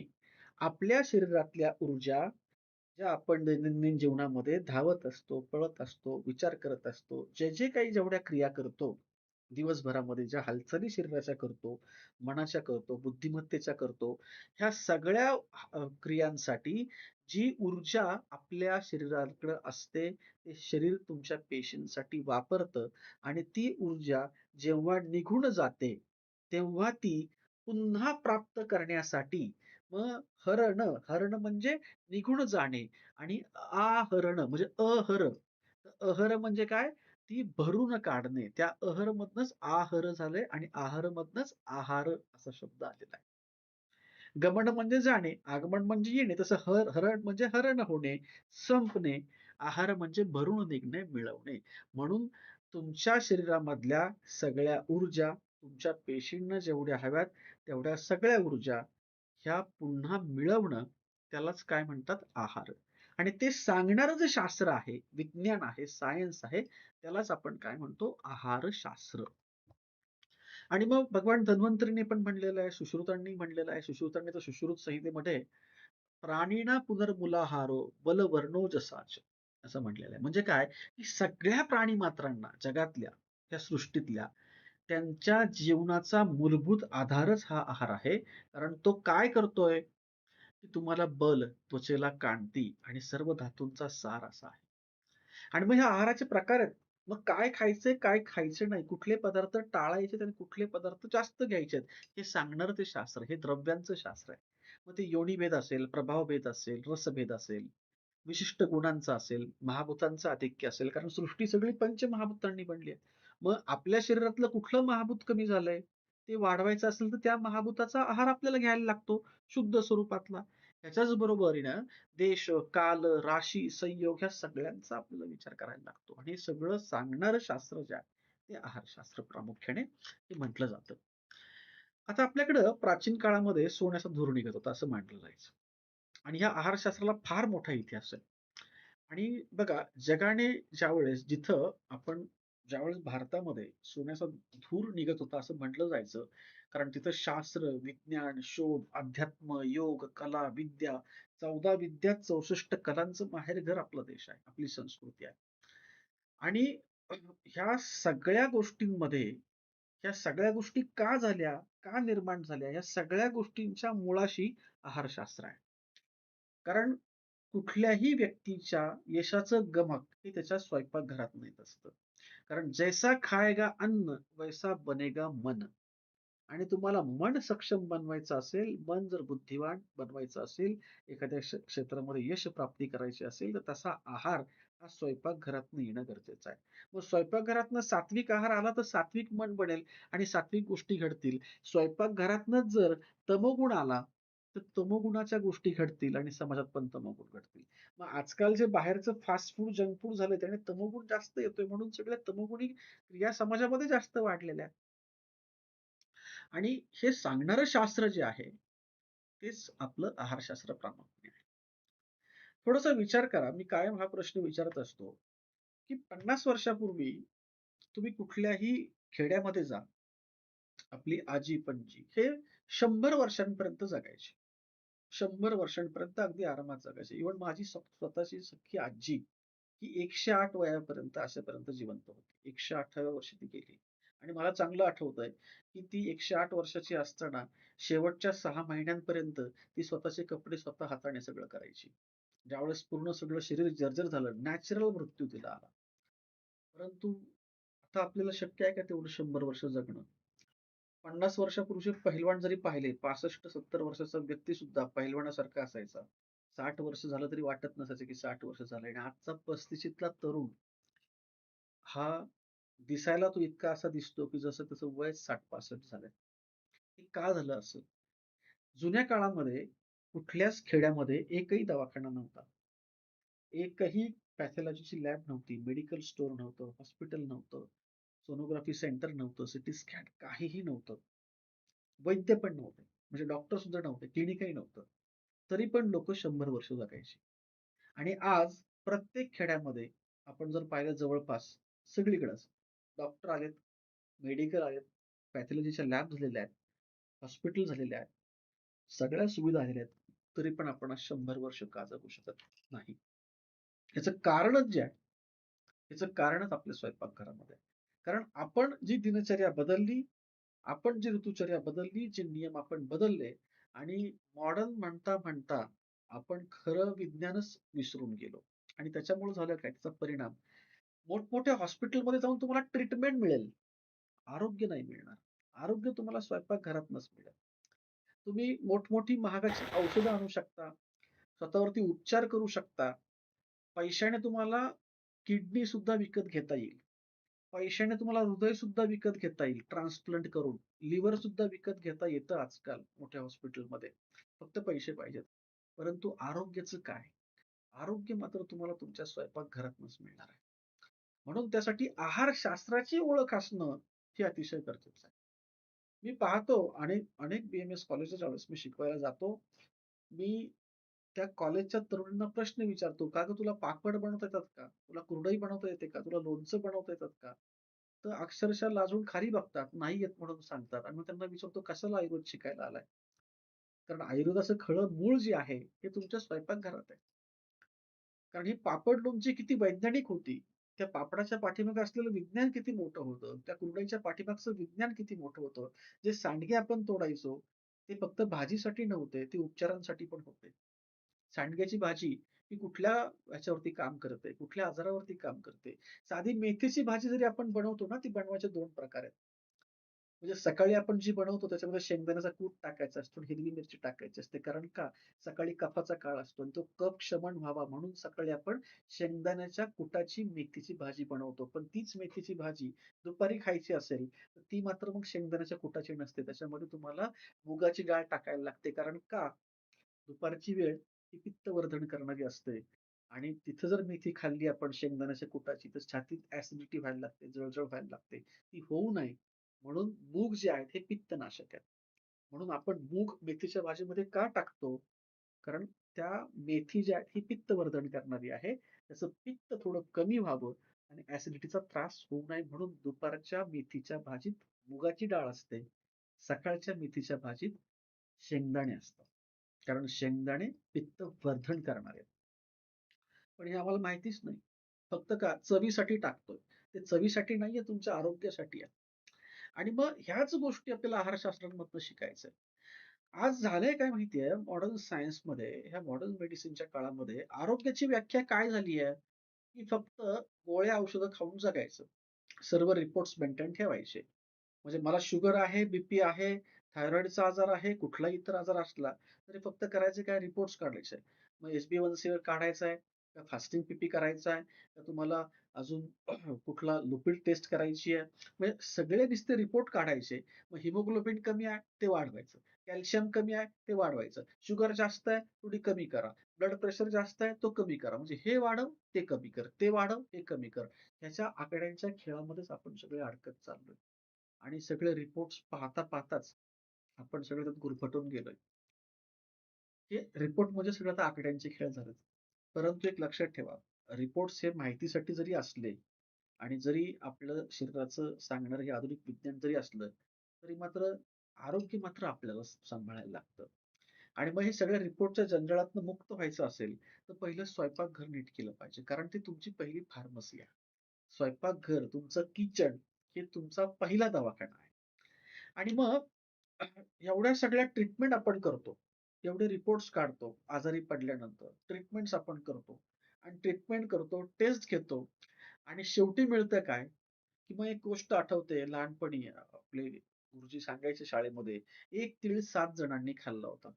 अगदी तसंच एक पेशंट मग 7 लोकं वाटून खातात. जर तुम्ही आजारी पडलात तर. मग तुमचा जनरल फिजिशियन आहे तो वेगळाच आहे. पॅथॉलॉजीवाला वेगळा आहे. कन्सल्टंट असतो एक्स्ट्रा. त्याची चार्जेस वेगळे आहेत. सर्जन जर सर्जरी करायची असेल तर सर्जन वेगळाच आहे. मेडिकल केमिस्टवाला वेगळाच आहे. डायटिशियन वेगळा आहे. काउन्सिलर वेगळा आहे. रिहॅबिलिटेशन सेंटर आपण जे म्हणतो, आज प्रत्येक मोठमोठ्या हॉस्पिटलमध्ये झालेले आहेत. आता याची गरज आहे. असं मॉडर्न सायन्स सांगतं. का गरज आहे? जुन्या काळामध्ये हे आपल्या घरातनंच यायचं. म्हणजे जसं एक तीळ जुन्या काळामध्ये 7 लोकांनी मिळून वाटून खाल्ला, तसं आज एक पेशंट हे 7 जण वाटून खातात. आणि ही आता अपरिहार्यता झालेली आहे. जर आपण आपल्या आरोग्याकडे लक्ष नाही दिलं, तर ह्या चक्रात आपण फसणार आहोत. आता ही लोकं वाईट आहेत असं नाही. ते त्यांचं काम करतात. तो त्यांचा व्यवसाय. आपण तिथं जायचं नाही. तिकडं जायचं नसेल, तर आपल्याला स्वयंपाकघरात लक्ष द्यायला लागेल. आणि ह्यातनं सगळ्यात शेवटी मिळतं काय? म्हणजे सगळे पैसे खर्च करून, सगळं करून आजार तर बरा होत नाही किंवा आम्हाला आरोग्य जे प्राप्त करायचं ते आम्हाला आरोग्य तर मिळतच नाही. आणि मग शेवटी होतं काय, की एकच प्रश्न आमच्या पुढे राहतो. एकच प्रश्न प्रत्येकाला पडतो. जसं मग बिरबल बादशाहची जी गोष्ट आहे, आपण इसाप नीतीमध्ये किंवा बिरबल बादशाहच्या गोष्टीमध्ये आपण ऐकलेलं असेल, की अकबराला सारखं त्याला सवय असते, की प्रश्न विचारायची. तो एकदा दरबारात प्रश्न विचारतो. म्हणतो, "मी तुम्हाला 3 प्रश्न विचारणार आहे. त्या 3 प्रश्नांची एकच उत्तर आलं पाहिजे." आणि नेहमीप्रमाणे कोणालाच ते उत्तर येत नाही. तो प्रश्न विचारतो, "पान का सडलं? घोडा का अडला? आणि भाकरी का करपली?" आणि तिन्ही प्रश्नांचं उत्तर एकच आलं पाहिजे. सगळेजण डोकं खाजवायला लागतात. दरबारामध्ये कोणालाही येत नाही. आणि नेहमीप्रमाणे मग बिरबल उशिरा येतो आणि त्याला तो प्रश्न बादशाह विचारतो आणि 5 मिनिटात बिरबल त्याचं उत्तर सांगतो. तो फक्त सांगतो न फिरवल्यामुळं. तिन्ही प्रश्नाचं उत्तर एकच आहे. आपण नागवेलीची पानं असतात, एकावर एक आपण ठेवतो. जर ती फिरवली नाही, जर ती उलटी-पालटी केली नाही, फिरवली नाही वेळेवरती ती सडतात. आपण पाहिलंय. जर घोडा कितीही अरबी उमदा घोडा असेल, त्याला जर रोजचा व्यायाम नसेल, रोजची तालीम नसेल, रोजचं फिरणं नसेल, तो अडतो, तो अडखळतो. त्याच्यामुळे त्याला रोज ती सराव, ती तालीम द्यायला लागते. पण घोडा जर फिरवला नाही, तर तो अडणार आहे ऐन वेळेला. आणि भाकरी का करपली? आता तुम्ही सगळ्या गृहिणी आहात. आपण सगळेजण पाहतो. जर भाकरी फिरवली नाही, एकाच जागेवरती जर आपण चुलीवरती किंवा गॅसवरती ठेवली, तर काय होणार आहे? ती करपणार आहे. आणि या तिन्ही गोष्टींचं उत्तर एकच आहे. तिन्ही प्रश्नांचं उत्तर एकच आहे. न फिरवल्यामुळं. अगदी तसंच माझा सुद्धा एक प्रश्न आहे, की आजकाल रोग का वाढले? आणि झालेला रोग बरा का होत नाही? शुगर सारखा आजार असेल, ब्लड प्रेशर सारखा आजार का बरा होत नाही? आणि आयुष्यभर आम्हाला औषधी का घ्यायला लागतात? ह्या तीनही प्रश्नांचं उत्तर एकच आहे. योग्य आहार व्यवस्थापन नसल्यामुळे. आहार तुम्ही पाळत नाही. आहारशास्त्राचं व्यवस्थापन किंवा त्याचं ज्ञान तुमच्याकडे नाही. आहारशास्त्राबाबतीत तुम्ही डिपेंड आहात दुसऱ्यावरती. त्यामुळं तुम्हाला ह्या गोष्टी ज्या आहेत, ह्या तुम्हाला प्राप्त होत नाहीत. तर असं हे प्रामुख्याने आपल्याला आहारशास्त्राचं महत्त्व या ठिकाणी समजून घ्यायला लागतं. तसं पाहिलं तर भारतीय संस्कृतीला म्हणजे भारतीयांनी ह्या जगाला खूप काही अशी देणगी दिलेली आहे. तर योगशास्त्र असेल, आयुर्वेदशास्त्र असेल, ही भारतीयांनीच जगाला दिलेली देणगी आहे. त्यापैकीच एक आहारशास्त्र जे आहे, हे सुद्धा भारतीयांनी जगाला दिलेली एक देणगीच आहे. कारण किचन आणि स्वयंपाकघर याच्यामध्ये खूप फरक आहे. किचन आणि स्वयंपाकघर याच्यामध्ये खूप फरक आहे. पाश्चात्य लोकांच्या दृष्टिकोनातून जर आपण पाहिलं, तर किचन म्हणजे फक्त फूड प्रोसेसिंग करण्याची जागा आहे. म्हणजे अन्नावरती प्रक्रिया करायची आणि ते जेवायला द्यायचं. म्हणजे पोट भरण्यासाठी. परंतु भारतीय तत्त्वज्ञानामध्ये किंवा भारतीय आपल्या संस्कृतीमध्ये किचन किंवा रसोईघर किंवा स्वयंपाकघर जे म्हणतो, ह्याला फक्त फूड प्रोसेसिंगची जागा म्हणत नाही. ते अतिशय पवित्र स्थान सांगितलंय. परमपवित्र सांगितलंय. कारण जगातले इतर देश जेव्हा शिकार करून जगत होते, जंगलामध्ये जाऊन ते शिकार करून खात होते, फळं-कंदमुळं खात होते. त्यावेळेस भारतामध्ये वैज्ञानिक फार मोठी क्रांती झाली होती. आध्यात्मिक क्रांती झाली होती, वैचारिक क्रांती झाली होती. मोठमोठी विश्वविद्यालयं सुद्धा स्थापन झाली होती. जिथं विद्यालयाला जाण्यासाठी कुठं मार्गही नव्हता. म्हणजे विद्यालयाला जाणं कुठंच नव्हतं. प्रचंड ती विद्यालय भरलेली होती ज्ञानाने. म्हणजे एवढा महान भारत होता. आणि ह्या सगळ्या संस्कृतीचा वारस असलेला, सगळ्या संस्कृतीचा साक्षीदार असलेला आपला हा आहारशास्त्र, आयुर्वेद हा विषय आहे. इतकं ते महत्वाचं आहे. आणि मग आहारशास्त्र जे आहे हे फक्त खाण्यासाठी, जेवण्यासाठीच भारतीयांनी अंगीकारलं नाही. त्याच्यामध्ये सखोल अभ्यास केला आणि ते आपल्या अध्यात्माला, चालीरीतींना, परंपरांना, प्रथांना, संस्कृतीला, सण-उत्सव ह्या सगळ्यांना ते जोडलं. आणि सगळ्यांना जोडल्यानंतर ते ज्यावेळेस समाजामध्ये रुळलं, त्याची प्रथा बनल्या, परंपरा बनल्या, सण-उत्सव बनले. अध्यात्माच्या माध्यमातून ते पुन्हा समाजामध्ये आलं, तेव्हा ते असं पूर्णपणे फुललं गेलं. आणि त्या आहारशास्त्राला पुन्हा एक जोड सुद्धा दिली पाककलेची. म्हणजे 14 विद्या 64 कलांमध्ये जी 14 विद्यांमध्ये आहारशास्त्राचा समावेश होत असेल, तर पाककला ही 64 कलांमधली असलेली एक कला आहे. कारण स्वयंपाक चांगला बनवणं ही सुद्धा उत्तम कला आहे आणि ती कोणालाही येत नाही. त्यासाठी अन्नपूर्णेचा वरदहस्त असायला लागतो. आणि तो कसा मिळवायचा हे सांगणारं सुद्धा आहारशास्त्र आहे आपलं हे असं.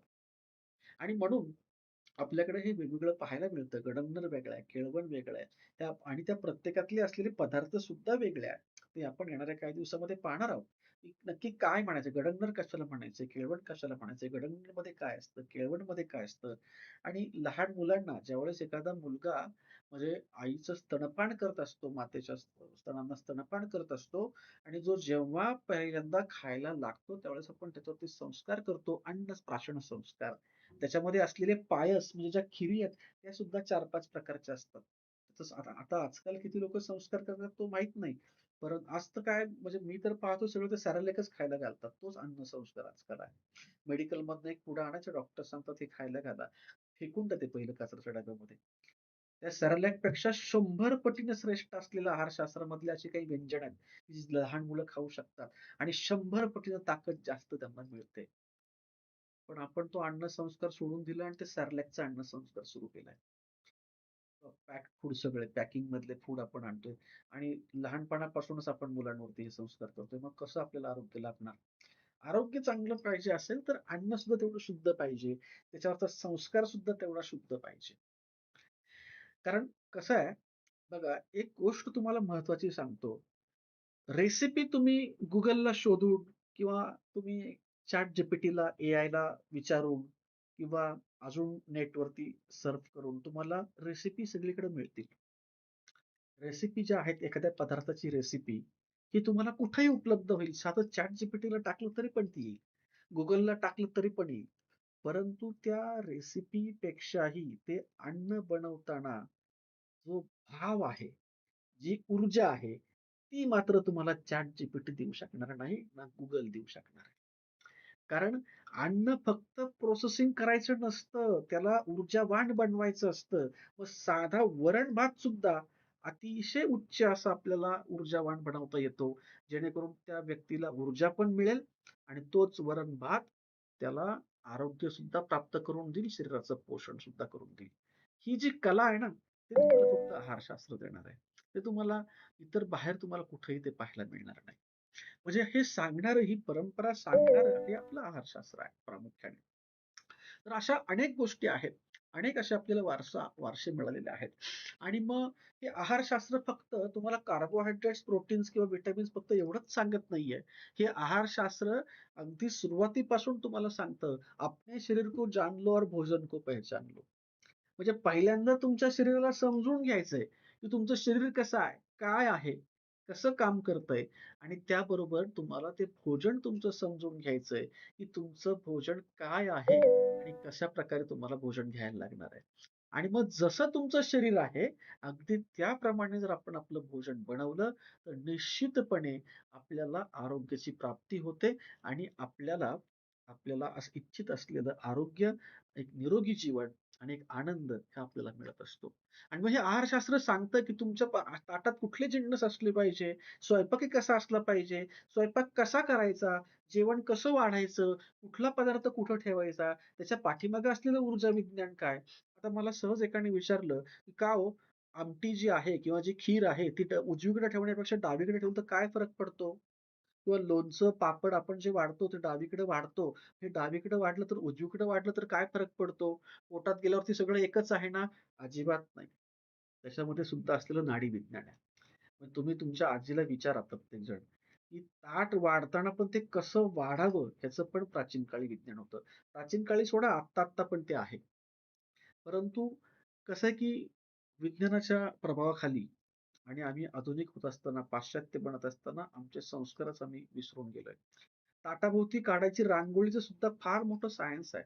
जे क्रिस्टल थेरपीच्या अंतर्गत येतं, ऊर्जा विज्ञानाच्या अंतर्गत येतं. पाटावर बसायचं सुद्धा फार मोठं सायन्स आहे. तुम्ही कुठल्या ताटात जेवलं पाहिजे त्याचं पण फार मोठं विज्ञान आहे. धातू विज्ञान आहे. तुमचं भोजन कुठल्या पात्रांमध्ये शिजलं पाहिजे. मातीच्या भांड्यांमध्येच कुठलं जेवण बनवायचंय, पितळेच्या भांड्यांमध्ये कुठलं बनवायचंय किंवा तुम्हाला भोजन करताना काचेची थाळी का वापरायची आहे? पाणी पिताना तांब्याच्या भांड्यांमधनं का प्यायचंय? मातीची भांडी आपण अशीच घेऊन येतो. त्याच्यावरती संस्कार कसा करायचा आहे? त्याच्यातलं त्याला शुद्धीकरण कसं करायचंय? मग कुठल्या पदार्थाला कुठलं भांडं वापरायचंय? कुठल्या पदार्थाला कुठलं भांडं वापरायचं नाही? त्याची काळजी कशी घ्यायची आहे? हे सांगणारं सगळं आहारशास्त्र आहे. हे आहारशास्त्रामुळे शिकायला मिळतं. धातू विज्ञान हे सुद्धा आहारशास्त्रामध्ये शिकायला मिळतं. आम्ही केलं काय? मॉडर्न बनता-बनता घरातली सगळी पितळेची डबी काढून मोडून टाकली आणि त्याच्या जागेवरती अॅल्युमिनियमची आणि स्टीलची डबी घेऊन आलो. कारण का? घासायचा कंटाळा. पण आपल्याला तुम्हाला माहिती नव्हतं, जेव्हापासून तुमच्या घरातले पितळेचे डबे भंगारामध्ये गेले, तेव्हापासूनच तुमच्या घरामध्ये हे डायबिटीज आणि शुगर जे आहे त्यांनी प्रवेश केलाय. जेव्हापासनं तुमच्या पितळेच्या भांड्यामध्ये भाजी बनायची बंद झाली, पितळेच्या कढईमध्ये, कलही केलेल्या पितळेच्या कढईमध्ये ज्यावेळेस हे अन्न बनायचं बंद झालं, तेव्हा एका दाराने ही भांडी बाहेर गेली, दुसऱ्या दाराने हे आजार आपल्या घरामध्ये शिरले गेले. विचार करा बारकाईने. कधी जुन्या काळामध्ये होते का कोणाला एवढे शुगर, डायबिटीसचे प्रॉब्लेम? एवढे सांध्यांचे प्रॉब्लेम, संधिवात होता का कोणाला एवढा जास्त? आजकाल प्रत्येक घरामध्ये संधिवात आपल्याला पाहायला मिळतो. प्रत्येक घरामध्ये आपल्याला हाडांचे विकार, गुडघेदुखी पाहायला मिळते. याचं मूळ कुठे आहे? तुमच्या स्वयंपाकघरात आहे. कारण आपण रिकामं केले ना स्वयंपाकघर. याचं सांगणारं शास्त्र सांगणारं हे आहारशास्त्र आहे. म्हणून आणि फक्त हे भांड्यांचंच नाही, जेवण कसं वाढायचंय, कसं जेवायचंय. तुम्हाला सांगू का, लोकांना जेवता पण येत नाही. कसं जेवायचंय, पहिल्यांदा कुठला पदार्थ खायचा आहे, याचं पण फार मोठं विज्ञान आहे. फार मोठं सायन्स आहे. ते तुमच्या प्रकृतीनुसार आहे. तुमची वाताची आहे, पित्ताची आहे, कफाची आहे. मग त्याच्यामध्ये पण तुमच्या प्रकृत्या अजून कुठल्या-कुठल्या आहेत. वातपित्त आहे, कफपित्त आहे का पित्त वात आहे. ह्या अशा द्वंद्वज प्रकृतीनुसार तुमचा आहार वेगळा आहे. तुम्ही सात्विक प्रकृती आहात का तमोगुणी प्रकृतीचे आहात का तुम्ही रजोगुणी प्रकृतीचे आहात, हे सांगणारं सायन्स सुद्धा आहारशास्त्रच आहे. आणि फक्त रज, सत्व, तम हे 3 गुणच आपल्याला माहिती आहे. पण तुम्हाला माहिती आहे का सत्वगुणाच्या एकूण 7 प्रकृती असतात. त्याच्यामध्ये इंद्र आहे, गांधर्व आहे, वारुणी आहे. अशा 7 प्रकृती असतात. रजोगुणाच्या ज्या आहेत अशा जवळपास 8 प्रकृती त्याच्या असतात. आणि तमोगुणाच्या 3 प्रकृती असतात. आपण जे राक्षस, असुर, दानव, भूत, प्रेत, पिशाच हे जे म्हणतो हे काय? हे खरं नव्हतं. ह्या तुमच्या असलेल्या माणसाच्या मनाच्या अवस्था आहेत. आणि प्रत्येक अवस्थेनुसार म्हणजे तुम्ही किती कार्बोहायड्रेट्स घेतलेत आणि किती प्रोटीन घेतलेत याला महत्व नाहीये. ते तुमच्या शरीर पोषणासाठी, ते तुमच्या शारीरिक प्रकृतीसाठी आहे. पण मानसिक प्रकृतीचं काय? मानसिक प्रकृती जर तुम्हाला चांगली बनवायची असेल, तर सक्षम बनवायची असेल, तर आहारावरती संस्कार सुद्धा गरजेचे आहेत. आणि मग ते संस्कारांसाठी मग आपल्याला तो पेशंट ओळखायला लागतो, तो कुठल्या मनोवृत्तीचा आहे, कुठल्या मानसिकतेचा आहे. आत्ता-आत्ता आपण पाहतो, की जे काही प्रकरण चाललेलं आहे, की जे दरीत ढकलून दिल्याचं प्रकरण जे आहे, म्हणजे एक नवीन सगळेजण बातम्या पाहतात. मला नाव घ्यायचं नाही कोणाचं असं. परंतु हे असं का? ही मनोवृत्ती का येते? मग त्या मुलीला असं का वाटलं, की माझा होणारा नवरा जो त्याला दरीमध्ये ढकलून द्यावं? असं का मनामध्ये का आलं? म्हणजे आता बघा, ते जरी जैन समाजाचे जरी असले, आता त्याच्यामध्ये समाजाचा काही दोष नाही. परंतु सांगायचं तात्पर्य ते जरी शाकाहारी जरी असले, तरी पण मग सत्वगुण त्यांच्या मनामध्ये का नाही आला? त्याच्यामध्ये समाजाचा, धर्माचा काही दोष नाहीये. त्याच्यामध्ये दोष आहे तो मनोवृत्तीचा. कारण तुमचा आहार आणि विहार हा तुमच्या स्वयंपाकघरात मिळतो. तुमच्या मनामध्ये येणारे भाव जे आहेत ना, हे तुमच्या स्वयंपाकघरामधनं येतात. अहो, धर्माच्या ह्याच्यामध्ये काही संबंध नसतो. आता आपण ओसामा बिन लादेन पाहिला, हा पण सायंटिस्टच होता. आणि अब्दुल कलाम जे आहेत, हे पण सायंटिस्ट होते. दोघांचा धर्मही एक होता. परंतु अब्दुल कलामांनी देशाला योगदान दिलं. लादेनने काय केलं? सगळ्यांना माहिती. मग हे जे भाव निर्माण करतायत ना, हे भाव निर्माण करणारं शास्त्र हे तुमचं स्वयंपाकघर आहे. कारण फक्त आजकाल करिअर म्हणजे पैसा कमवणं हे नाहीये. करिअर म्हणजे नीतिमत्ता कमवणं हा सुद्धा भाग आहे आणि ती तुमच्या स्वयंपाकघरातून येणार आहे. जेवताना काय खावं आणि जेवणानंतर काय खावं हे सांगणारं शास्त्र सुद्धा हे आहारशास्त्रच आहे. मग जेवल्यानंतर सुद्धा त्रयोदशी गुणविडा हा तुम्हाला कशाप्रकारे खायचा आहे आणि कशाप्रकारे तो तुमच्या भोजनाचं पाचन करणार आहे. बघा, आपण जेवल्यावर 100% कधीच पचत नाही. मग तुम्ही एक पोळी खाल्ली असेल, कोणाला 60% पचतं. प्रत्येकाच्या आगणीवरती आहे. कोणाचं पाचन कसं त्याच्यावरती. मग कोणाला 40% पाचन होतं, कोणाचं 20% पाचन होतं, कोणाचं 60% होतं, कोणाचं 70% होतं. राहिलेला भाग मलामधनं बाहेर पडतो. परंतु भोजन झाल्यानंतर जर आपण त्रयोदशी गुणी विडा घेतला, म्हणजे पान खाणं म्हणजे शौक नाहीये. तो त्रयोदशी गुणी विडा जो आहे, म्हणजे 13 औषधी पदार्थ जे तुमच्या पाचनासाठी आणि शरीराच्या पोषणासाठी गरजेचे आहेत. जे आपण पानाच्या विड्यातनं घ्यायचो, जेवण झाल्यावर तो खायचो. जेव्हापासून हे पान खाणं बंद झालंय, तेव्हापासून डायबिटीसचे पेशंट जास्त वाढले. आणि तुम्ही बघा, जुन्या काळामध्ये आपल्या आजी-पणजी जे असेल, खलबत्त्यात कुटून पान खायचे, पण जेवल्यावर पान लागायचं. कारण पान खाण्याचं एक मोठं विज्ञान आहे. मी पान जे म्हणतोय ते टपरीवरचं पान नाहीये. जे तुमचं मसाला पान म्हणताय तुम्ही ते तसलं नाहीये. किंवा बाकीचे अनेक प्रकारची पान आहेत, पान टपरीवर मिळतात ते पान नाहीये. आयुर्वेदाला अभिप्रेत असलेलं पान कसं बनवायचंय ते सांगणारं शास्त्र हे आयुर्वेद शास्त्र आहे. म्हणून ह्या शास्त्राला धार्मिक, व्यावहारिक याचं कोंदण लाभलेलं आहे. आणि असं हे आपलं आहारशास्त्र. म्हणून हे शिकणं, हे जाणून घेणं हे अतिशय गरजेचं आहे. बघा ना, आता आपण तुम्ही चित्रात तुम्हाला स्क्रीनवर दिसत असेल, जेवण आणि भोजन याच्यामधला फरक काय तो समजून घ्या. आता टिफिनला आपण काय नेतो? एक पोळी आणि एक भाजी. फार फार तर सलाडमध्ये काकडी असेल, बीट असेल किंवा थोडंफार जे असेल ते. हा तुमचा पर्याप्त आहार आहे. हा तुम्हाला फक्त काय करेल, पोटाला आधार देईल, जगायला मदत करेल. तो जगायला मदत करतोय म्हणून तो जेवण आहे. जीवन प्राप्त करून देतोय म्हणून ते जेवण आहे. परंतु भोजन जे आहे ते संस्कारित आहे आणि षड्रसयुक्त आहे. काय-काय पानामध्ये बघा. मग तुम्ही म्हणाल, "मग एवढं खायचं का?" काय फरक पडतो? छोटा टिफिन नेण्यापेक्षा जुन्या काळामध्ये असे 4-4, 5-5 कप्प्यांचे टिफिन असायचे. काय फरक पडतो नेल्यावरती? जर शरीराला पोषण मिळणार असेल, बुद्धीला पोषण मिळणार असेल, जर माझी कार्यक्षमता वाढणार असेल, तर मला 5 कप्प्याचा डबा न्यायला काय प्रॉब्लेम आहे? आजकाल अनेक लोकं डब्यामध्ये वरण-भात नेत नाहीत. कारण का? त्यांचं म्हणणं असं की दुपारी वरण-भात खाल्ला की झोप येते ऑफिसमध्ये. अतिशय चुकीचं आहे. मग तो वरण-भात तुम्ही चुकीचा बनवलाय. कारण वरण-भात बनवायचे 8 प्रकार आहेत. आणि त्याच्यामध्ये मग तुम्ही कुठल्या प्रकारातनं बनवलंय आणि ज्याला डब्यात दिलाय त्याची प्रकृती कुठली आहे? त्याच्यावरती संस्कार व्यवस्थित नसेल, तर झोप येणारच आहे.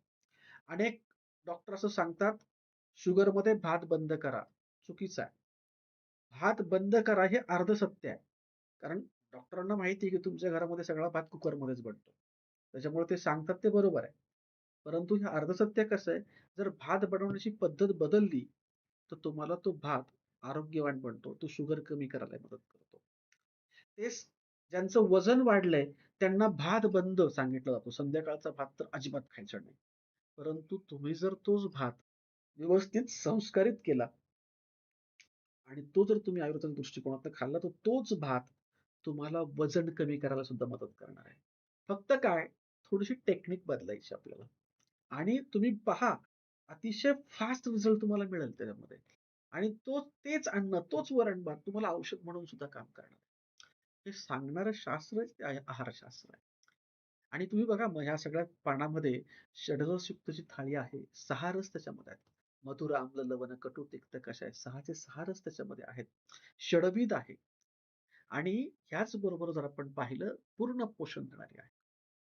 आणि मग ही अशी थाळी जर तुम्ही रोज घेतली, तर तुम्हाला कार्बोहायड्रेट्स बघायची गरज नाही आणि प्रोटीन बघायची पण गरज नाही. बघा प्रोटीन, कार्बोहायड्रेट्स, मिनरल्स हे लागतं, आवश्यक आहे शरीराला मॉडर्न सायन्सच्या अँगलने. परंतु त्याच्याकडे आपण दुर्लक्ष का करतो किंवा का तिकडे दुर्लक्ष करायचंय? जर षड्रसयुक्त थाळी असेल, तर ते बघूच नका. ऑटोमॅटिक ते मेंटेन होणार आहे. ऑटोमॅटिक मेंटेन होणार आहे. मग आज फक्त झालंय काय? हे ऑलरेडी आपल्या घरामध्ये होतं. आपल्या थाळीमध्ये होतंच. परंतु आपण काय केलं? फक्त त्या नावांच्या पाठीमागे लागून कॅलरीज आणि कार्बोहायड्रेट्स आणि किंवा प्रोटीन्स याच्या पाठीमागे लागून फक्त आपण त्याला इतकं ते स्वतःला अभिभवन करून घेतलं आपण, मनात इतकं बिंबवलंय, की आपल्याला कुठलाही पदार्थ मग प्रोटीन आणि कार्बोहायड्रेट्समध्येच दिसतो आणि किती कॅलरीजचा आहे त्यातच दिसतो. हे सगळं सोडून द्या. गरज नाही त्याची. फक्त तुम्ही आयुर्वेदाच्या अँगलने तुम्हाला तुमची प्रकृती माहिती असेल आणि तुमचं शरीरशास्त्र तुम्हाला माहिती असेल बेसिक, प्रकृती माहिती असेल, तुमची थाळी तुम्ही बनवू शकता. आणि कुठलाही घरामध्ये आजार येऊ द्या, डॉक्टरांना विचारायची तुम्हाला गरज लागणार नाही. सर्दी पडसं झालंय का? हरकत नाही, घरामध्ये मेथीची भाजी करा. घरामध्ये हुलग्याचं जे माडगं आहे, ते हुलग्याचं माडगं करा. मिरचीचा ठेचा द्या. ऑटोमॅटिकली कफ जो आहे तो रिलीफ व्हायला लागेल. म्हणजे हे तुम्हाला असं समजायला लागेल, की तुमची प्रकृती कुठली आहे, मग आता घरामध्ये कुठला स्वयंपाक केला पाहिजे आणि तो आजार मी कसा बरा केला पाहिजे, हे सगळं तुम्हाला हा आहार सांगणार आहे. आणि मग आजकाल बघा पर्याप्त आहार किती आहेत? भूक लागली की आपण समोसे खातो, पिझ्झा खातो, बर्गर खातो, वडापाव आहे. कधीतरी ठीक आहे. कधीतरी घ्यायला ठीक आहे. परंतु मी म्हणाल तर बंदच करा. गरज नाही त्याची. कारण ह्यातनं होतं काय? ह्यातनं फक्त पोटभरी होते. तुमचं फक्त पोट भरतंय. पोषण किती मिळतं हे सांगू शकत नाही. पोषणाच्या बाबतीत आपण सांगू शकत नाही. कारण का? त्याच्यामध्ये काय टाकलंय आणि कसं टाकलंय ते किती सात्म्य आहे तुमच्या प्रकृतीला ह्याच्याबद्दल आपण काहीच बोलू शकत नाही. कारण का? हा पर्याप्त आहार आहे आणि हाच फरक आपल्याला टाळायचा आहे. आणि हे आहारशास्त्र इतकं महान आहे आपलं, ह्याचा इतिहास जर आपण पाहिला तर अक्षरशः तुम्ही थक्क होऊन जाल. एवढं असलेलं महान शास्त्र आम्ही मात्र ते बाजूला ठेवलंय आणि आम्ही आता पाश्चिमात्य देशांच्या पाठीमागे लागून त्यांच्याप्रमाणे आहार करायला बघतो. सकाळी ब्रेकफास्ट आम्हाला हवा असतो. डिनर आम्हाला हवा असतो आणि एकदम लक्झरियस डिनर हवा असतो. हे गरजेचं नाहीये. आपल्याकडे आहारशास्त्र म्हणजे काय? तुम्हाला एक कथा सांगतो भारतीय आहारशास्त्राची, परंपराची. बख्तियार खिलजी नावाचा एक मुस्लिम राष्ट्रामध्ये असलेला एक एक सरदार होता आणि तो ज्यावेळेस हे जग जिंकण्यासाठी निघाला, तो जग जिंकण्यासाठी निघालेला असताना तो अचानक आजारी पडला. आता आजारी पडल्यानंतर त्याचे जे काही हकीम होते, त्याचे जे काही वैद्य होते, त्यांनी त्याच्यावरती खूप उपचार केले. परंतु तो काही बरा होईना. कारण त्याला एकदम असा दुर्धर आजार झाला होता. असा असाध्य असा आजार झाला होता. त्याच्यामुळं तो काही बरा होईना.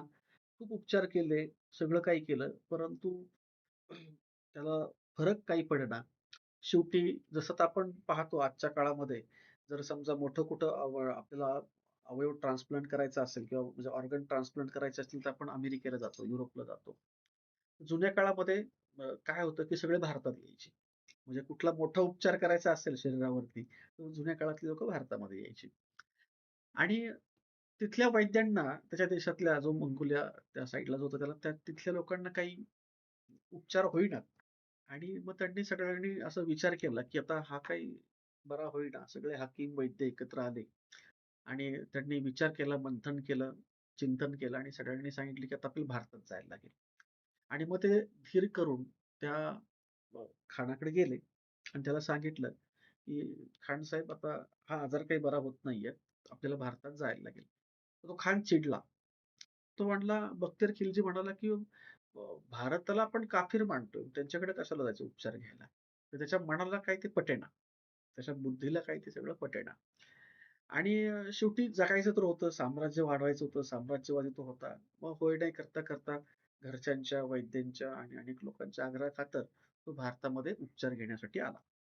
आता भारतामध्ये उपचार घेण्यासाठी आल्यानंतर ज्यावेळेस त्याने गुप्तहेर पाठवली आणि काही लोकं पाठवली, कोण चांगले वैद्य त्यांना घेऊन ये. तर त्या काळामध्ये म्हणजे सिंध प्रांतामध्ये आल्यानंतर त्या काळामध्ये त्यांनी आपले गुप्तहेर सैन्य पाठवलं. ते 2-3 वैद्यांना घेऊन आले आणि घेऊन आल्यानंतर त्यांनी फक्त नाडी पाहिली. नाडी पाहिल्यावरती 5 मिनिटात सांगितले त्याला काय आजार आजार झालाय किंवा काय नाही. आणि ते म्हटले, "हा बरा होईल का?" ते म्हटले, "हो, 100% बरा होईल." मग तो बख्तियार खिलजी हा ईर्ष्या त्याला झाली मनामध्ये, की "अरे, असं कसं काय? म्हणजे आमचे वैद्य जे आहेत किंवा आमचे डॉक्टर ह्यांना हे जमत नाही, ह्यांना कसं जमतं? ह्यांना एवढा कॉन्फिडन्स येतो कुठून?" मग त्यांना खोटं ठरवण्यासाठी मग त्या बख्तियार खिल्लीच्या मनामध्ये असं आलं, की त्याने मग एक प्रश्न टाकला मुद्दाम. तो भारतीय वैद्यांना म्हणाला, की "बघा, की तुम्ही माझ्यावर उपचार करणार आहात, हरकत नाही. मी तुमचा उपचार करून घ्यायला तयार आहे. परंतु माझी एक अट आहे. माझी अट अशी आहे, की तुम्ही दिलेलं एकही औषध मी घेणार नाही आणि तुम्ही दिलेलं मी कुठलंच औषध हे प्राशन करणार नाही." मग भारतीय वैद्यांच्या लक्षात आलं, की हा मुद्दाम आपल्याबरोबर हा मेंटल गेम खेळतोय. तर त्यांनी थोडा विचार केला आणि त्यांनी सांगितलं, "ठीक आहे, हरकत नाही. नको घेऊ औषध. काही गरज नाही. तरी पण तुला आम्ही बरा करून पाठवू."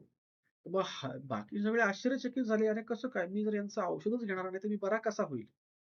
तर ते वैद्य म्हणाले, "हरकत नाही. तू औषध जरी नाही घेतलं, तरी तुला आम्ही बरा करून दाखवू." म्हटलं, "ठीक आहे." आणि मग त्या पैज लागली. पैज लागल्यावरती हा खाण जो आहे, तो म्हटला, "करून दाखवा मला बरं." हे जे वैद्य आहेत, हे वैद्य त्या बख्तियार खिल्जीच्या स्वयंपाकघरात गेले. जो त्यांचा कुक होता, आचारी होता, त्याच्याकडे गेले आणि त्याला विचारलं, की दिनचर्या कशी असते? खान सकाळी उठल्यावरती काय करतो? काय खातो? कशाप्रकारे त्याची दिनचर्या असते? मग त्याने सांगितलं, की सकाळी उठल्यावरती हा उषापान करतो.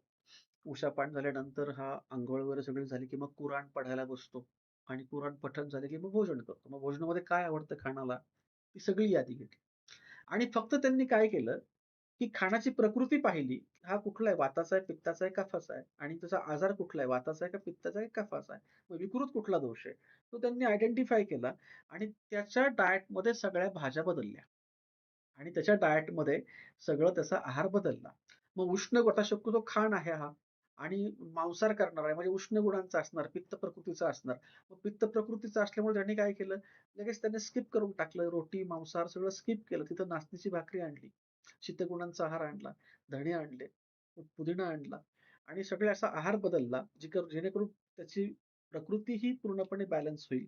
पित्ताचा प्रभाव कमी होईल आणि शीतगुणांचा आहार त्याला दिला. आता हा आहार दिल्यानंतर त्यांनी सांगितलं, की अजून दिनचर्येमध्ये काय असतं. मग उषापान करताना काय करायचं? मग पाणी कसं सिद्ध करायचं ते त्याला शिकवलं. कुठलंही औषध न टाकता सिद्ध जल कसं बनवायचं ते त्याला शिकवलं. त्याचबरोबर खाण जो आहे हा सकाळी कुराण पढायला बसायचा. तर कुराणाच्या पानावरती काही लेप असे त्यांनी लावले, की त्याला एक सवय होती, की पान उलटताना जिभेला तो करायचा काय थोडी थुंकी लावायचा. जिभेला असं बोट लावून पान उलटायचा. तर ऑटोमॅटिकली काय व्हायचं, की नकळतपणे ते त्याच्यावरती ते हीलिंग व्हायचं. ते औषधाचे काही मात्रा त्याच्या मुखामध्ये जायच्या आणि पाहता-पाहता 8 दिवसामध्ये तो खाण बरा झाला. फक्त आहारावरती. हा खाण बरा झाल्यावरती मग मात्र झालं काय, की त्याला काही राहावेना. की कसं काय एवढं नॉलेज यांच्याकडे आलं कुठून या लोकांकडे, भारतीय लोकांकडे, की मला फक्त आहारावरती यांनी बरं करून दाखवलं आणि तो प्रचंड ईर्ष्येने त्याचा जळफळाट झाला. त्याने गुप्तहेर पाठवून विचारलं, की शोधा ह्यांच्याकडे नॉलेज कुठून आलं? मग त्याच्या गुप्तहेरानं सांगितलं, "अहो हे सगळं ते विद्यापीठात शिकायला जातात. नालंदा, तक्षशिला त्या ठिकाणी शिकतात. तिथं फार मोठी ग्रंथालय आहेत. तिथून हे शिकून येतात सगळे." मग त्याला असं वाटलं, की हे जर माझ्या धर्मापेक्षा मोठं असेल, तर ह्याने काय केलं, तिथं आक्रमण करून ह्या जगाची असलेली संपत्ती ही जाळून टाकली. ही विद्यापीठच त्याने जाळून टाकली, आग लावली. असं म्हणतात, की त्या काळामध्ये नालंदा तक्षशिला विद्यापीठ जाळल्यानंतर जवळपास 5 ते 6 महिने ही विद्यापीठं फक्त जळत होती. म्हणजे इतकी बौद्धिक संपत्ती ही फक्त एका ईर्ष्येपोटी ही नष्ट झाली. परंतु इथं सुद्धा भारतीय लोकं हरले नाहीत. कारण का? जरी विद्यापीठं जळाली असली, तरी पण बऱ्यापैकी नॉलेज हे आपल्या सणांमध्ये, संस्कृतीमध्ये, प्रथा परंपरांमध्ये त्यांनी आपल्या समाजाला जोडलेलं होतं. आणि मग गुरु-शिष्य परंपरेमध्ये ते आपलं मुखोद्गत होत अनेक परंपरांमध्ये ते पुढे जात होतं. मग थोडं करत ते कलेक्ट करत ते आपल्यापर्यंत आलंय. असं हे पूर्णपणे त्यापैकीच असलेलं एक आहारशास्त्र आहे. म्हणजे इतका मोठा इतिहास ह्या फक्त आहारावरती सुद्धा आजार बरे करता येतात.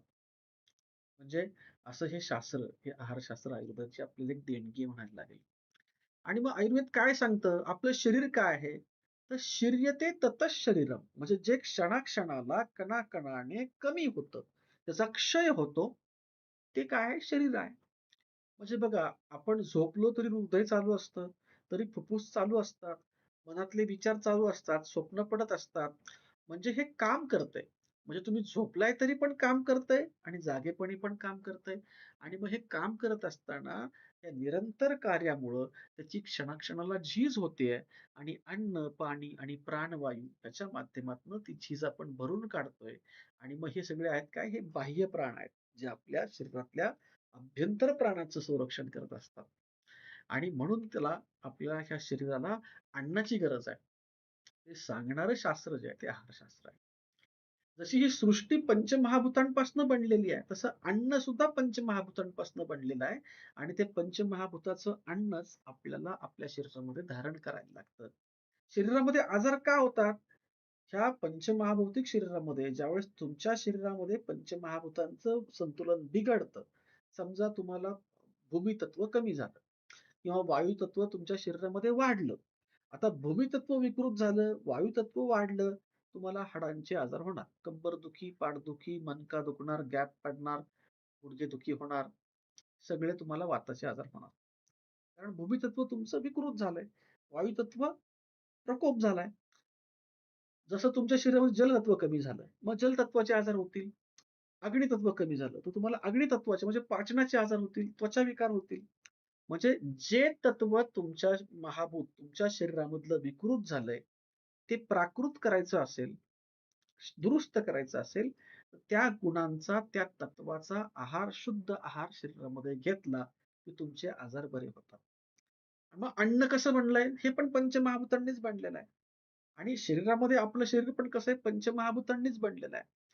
आणि मग हे तैत्तिरीय उपनिषदामध्ये सांगितलेलं आहे, की आकाशात वायू, वायुस्त तेजः, तेजस्त उदकम, उदकात पृथ्वी, पृथ्वीया अन्नम, पृथ्वीया औषधय, औषधुभ्या अन्नम, अन्नात पुरुषः.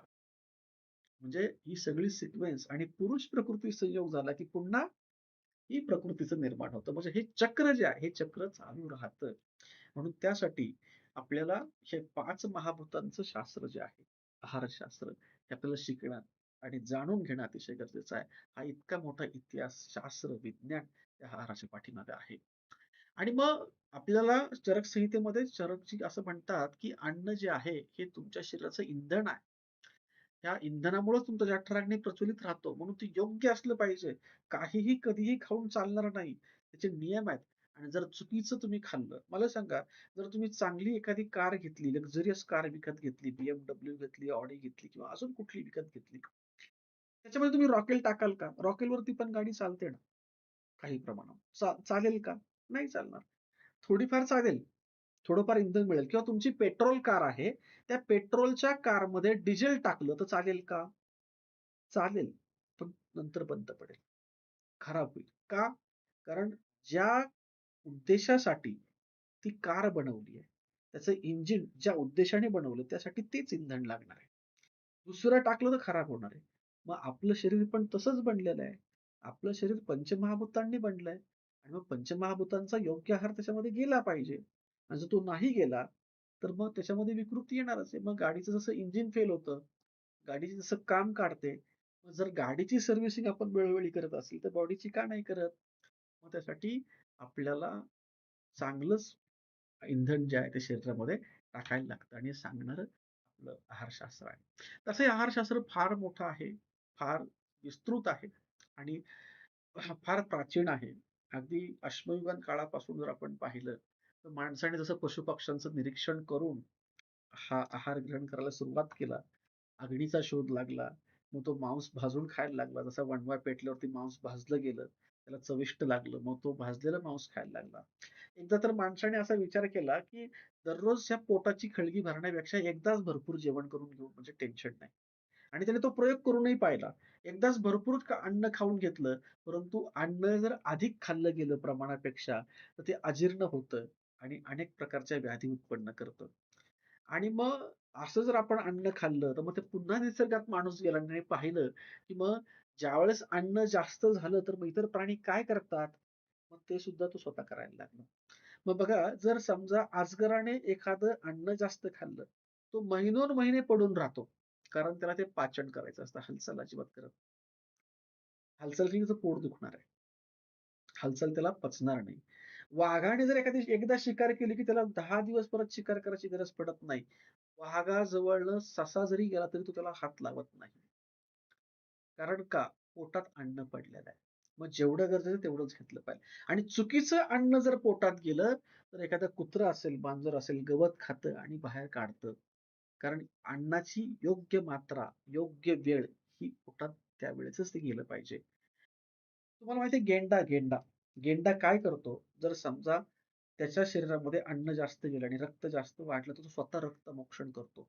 मग गेंडा करतो काय? एखादा दगड पाहतो किंवा एखादं झाडाचं असं जुनं खोड पाहतो आणि त्या खोडाजवळ जाऊन आपली त्वचा, कातडी घासतो आणि शरीरातनं रक्त बाहेर काढतो आणि त्याला वाटलं, की भरपूर रक्त जे आहे आता गेलेलं आहे, बास रक्तमोक्षण जेवढं करायचं तेवढं झालंय. मग तो स्वतःहून नदीत जातो, चिखलात जातो आणि वृक्षण चिकित्सा जी आहे, स्तंभन चिकित्सा करून घेतो. कारण माती काय करते? चिखल काय करतो? स्तंभन करायचं काम करतो. हे प्राणी असं करतात. हे माणसाने पाहिलं आणि मग माणसाने पण मग स्वतःवरती आहार कसा असावा याच्यावरती काम करायला सुरुवात केली.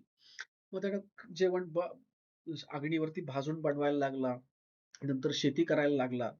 शेती करत असताना मग जसा समाज वाढत गेला, तर प्रत्येक समाजानुसार सुद्धा मग त्याला गरज पडायला लागली.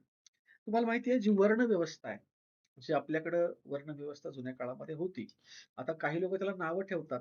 मग काही लोकं त्याला वेगळ्या दृष्टिकोनातून, जातीपातीच्या दृष्टिकोनातून पाहतात. पण आपण तो अँगल यातनं बाजूला काढायचा आहे 2 मिनिटं. बघा ही जात-पात, अस्पृश्यता हे सगळं सोडून द्या. ह्याच्यामध्ये काही ठेवलेलं नाहीये. त्याचं तत्वज्ञान थोडं समजून घ्या. त्याच्या पाठीमागचा गाभा आपण समजून घेतला पाहिजे आणि तो आजच्या काळातही लागू होतो. आता चांगलं जे ते आपल्याला घ्यायचंय, निरक्षीर, हंस निरक्षीर ह्या न्यायाने आपल्याला घ्यायचं. जे चांगलं ते घ्यायचंय, जे नकोय ते सोडून द्यायचंय. जुन्या काळामध्ये चातुर्वर्ण्य अवस्था होती. चातुर्वर्ण्य अवस्थेमधलं एक असं होतं, की एक ब्राह्मण वर्ग होता, क्षत्रिय होता, वैश्य होता आणि शूद्र होता. आता ह्याच्यामध्ये ब्राह्मण म्हणजे जातीचा ब्राह्मण नव्हे बरं. जातीचा ब्राह्मण वेगळा. जात ही 2 मिनिटं बाजूलाच काढायची. ब्राह्मण म्हणजे काय? ब्रह्म जाणीचे जो ब्राह्मण. जो वेदाभ्यास करतो, जो संशोधन करतो, जो शिक्षण देतो, शिकवतो. आजच्या काळातले जर आपण म्हटलं तर सगळे सायंटिस्ट, सगळ्या प्रकारचे असलेले शिक्षक, सगळ्या प्रकारचे असलेले विद्यावान, ज्यांना विद्या अवगत आहे, अशी सर्व लोकं, ही सगळी त्या वर्गामध्ये येतात. क्षत्रिय म्हणजे काय? की जो संरक्षण करणारा आहे. छत्र जो धरणारा आहे, जो संरक्षण करणारा आहे, प्रजेचं पालन-पोषण करणारा तो क्षत्रिय. वैश्य म्हणजे काय? Is a category.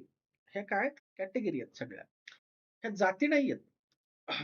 त्यानंतर वैश्य म्हणजे काय? तो व्यापार करणारा.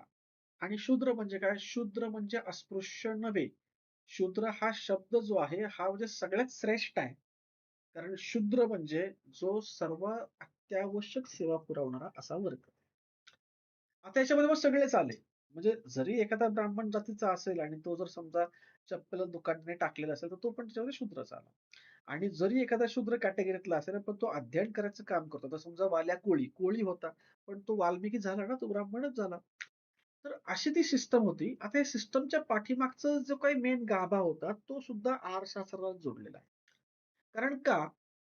की बघा, ज्यावेळेस माणूस समूहाने राहायला लागला, तर समूहाने राहताना तो सगळ्यांना अत्यावश्यक असणाऱ्या गोष्टी बनवत होता. म्हणजे सुतार अवजारं बनवायचा, कुंभार मातीची मडकी बनवायचा किंवा इतर जातीची जी लोकं आहेत, आवश्यक असणाऱ्या एकमेकांना त्या वस्तू बनवायच्या आणि बार्टर सिस्टम होती. एक म्हणजे मडकी घ्या, त्याच्या बदल्यात धान्य घ्या. म्हणजे कुणबी असेल त्याच्यामध्ये किंवा शेतकरी असेल, हे सगळे बार्टर सिस्टममध्ये काम करायचे. म्हणजे हवंय ते आपल्या वस्तू द्यायच्या आणि दुसऱ्या वस्तू घ्यायच्या. हे करत असताना झालं काय, की त्यांना व्यापाराची गरज पडली. म्हणजे आता प्रत्येक वेळेस आता मला शेतीला अवजारं पाहिजेत, मग तो सुतार शोधायला जायचा का? किंवा मला जर समजा धान्य हवंय, तर मी प्रत्येक वेळेस शेतकऱ्याकडेच जायचं का? तर मग कुठेतरी एक सेंट्रलाइज सिस्टम असली पाहिजे. म्हणून समाजाने काय केलं, आपल्यातलीच काही लोकं, बाकी सगळे पहिले एकच होते. आपल्यातलीच काही लोकं बाजूला काढली. त्यांना सांगितलं, की तुम्ही व्यापार करा. आता व्यापार करायला सांगितलं, मग तो काय करायला लागला? शेतकऱ्याकडनं किंवा ह्या सगळ्या लोकांकडनं कच्चा माल किंवा जो माल आहे तो घ्यायला लागला. त्याचा दाम तो ठरवू लागला आणि त्या व्यापारातून त्याला अर्थार्जन होऊ लागलं. बार्टर सिस्टम होती किंवा काही धान्य सिस्टम होती, धान्याच्या स्वरूपात. आणि मग ठरवलं जायचं, की बाबा एक मडकं घेतलं, तर बाबा काय एक पायली असेल किंवा एक शेरभर धान्य असेल. तर मग असं प्रत्येक जसं आता आपण रुपये ठरवलेले आहेत, चलन ठरवलंय, तसं धान्य ठरवलं जायचं. आणि मग शेतकऱ्याला जे लागतंय ते सगळ्यांनी फुकट द्यायचं पहिल्यांदा. आणि ज्यावेळेस शेतकऱ्याचं खळं होईल, त्या खळ्याच्या वेळेस ते बलूत मागायला जायचं. ही जी प्रथा होती, ही म्हणजे काय? मग तो सगळा न्हावी वर्षभर सगळ्यांची बांधायचा, केस कापायचा. परंतु मग किती लोकांचे केस कापले सगळा हिशोब नेऊन दाखवायचा शेतकऱ्याला, की बघ, मग तुझ्या एवढ्या कटिंग झालेल्या आहेत, एवढ्या धाड्या झालेल्या आहेत. तर मला एका धाडीप्रमाणे मग तू 1 किलो धान्य, 2 किलो धान्य, शेरभर, 5 पायलीभर हे असं दे. आणि प्रत्येक खळ्यावर जाऊन ते गोळा करायचे. त्याच्यामुळं सगळी जी सिस्टम आहे, ती एकदम बॅलन्स्ड होती. आता हे करत असताना कसं आहे, की व्यापार चाललाय, समाज पण चांगला चाललाय. परंतु काही लोकांना आयती खायची सवय होती. ओढून खायची सवय, मारहाण, तमोगुणी लोकं जास्त होते. मग त्यांनी काय केलं, त्या समाजावरती, टोळीवरती आक्रमण केलं. आक्रमण केल्यामुळे झालं काय, की ह्यांनी वर्षभर कष्ट करून कमवलेलं सगळं एका दिवसात गेलं. मग ह्या समाजाला असं वाटलं टोळीला, की नाही, संरक्षण करणं गरजेचं आहे. मग ह्यांनी काय केलं, आपल्यातलीच काही लोकं बाजूला काढली. त्यांना सांगितलं, तुम्ही काही करू नका, फक्त व्यायाम करा आणि आमचं संरक्षण करा. ह्या टोळीचं, ह्या गावाचं संरक्षण करा. आणि मग ते झाले पुढे क्षत्रिय. आता युद्ध, लढाया आहेत काय रोज-रोज होत नव्हतं. इतर वेळेस करायचं काय? मग आम्ही तुम्हाला काही पैसे देतो किंवा आम्ही तुम्हाला काही चलन देतो. त्यातनं तुम्ही राज्य व्यवस्था आखा आणि राज्य चालवा. ज्या सुविधा आम्हाला लागतील, त्या सुविधा तुम्ही प्रोव्हाईड करायचं काम करा. आणि त्यातनं राज्य व्यवस्था येऊन हा क्षत्रिय वर्ग निर्माण झाला. हा आपल्यातलाच आहे सगळ्यांमधला. परंतु झालं काय, हा क्षत्रिय वर्ग पण नंतर मुजोर व्हायला लागला. व्यापारी पण मुजोर व्हायला लागला. मग सगळे परत एकत्र बसले आणि त्यांनी विचार केला, की हे सगळ्यामध्ये कुठेतरी सिस्टम नाहीये. मग सिस्टम करण्यासाठी आपल्याला काय नियम लावायला लागतील. मग नियम लावायचं म्हटलं काहीतरी अभ्यास करायला लागेल, संशोधन करायला लागेल. मग आपल्यातलीच काही लोकं बाजूला येऊन त्यांनी अभ्यास केला, अध्ययन केलं. मग तिथून ब्राह्मण वर्ग निर्माण झाला आणि त्यांनी सांगितलं, की तुम्ही काही करू नका. फक्त आमच्याकडे भिक्षा मागायला या, आम्ही तुम्हाला भिक्षा देऊ, खाणं-पिणं सगळं काही देऊ. फक्त तुम्ही संशोधन करा आणि नियम काढा, नियम लावा.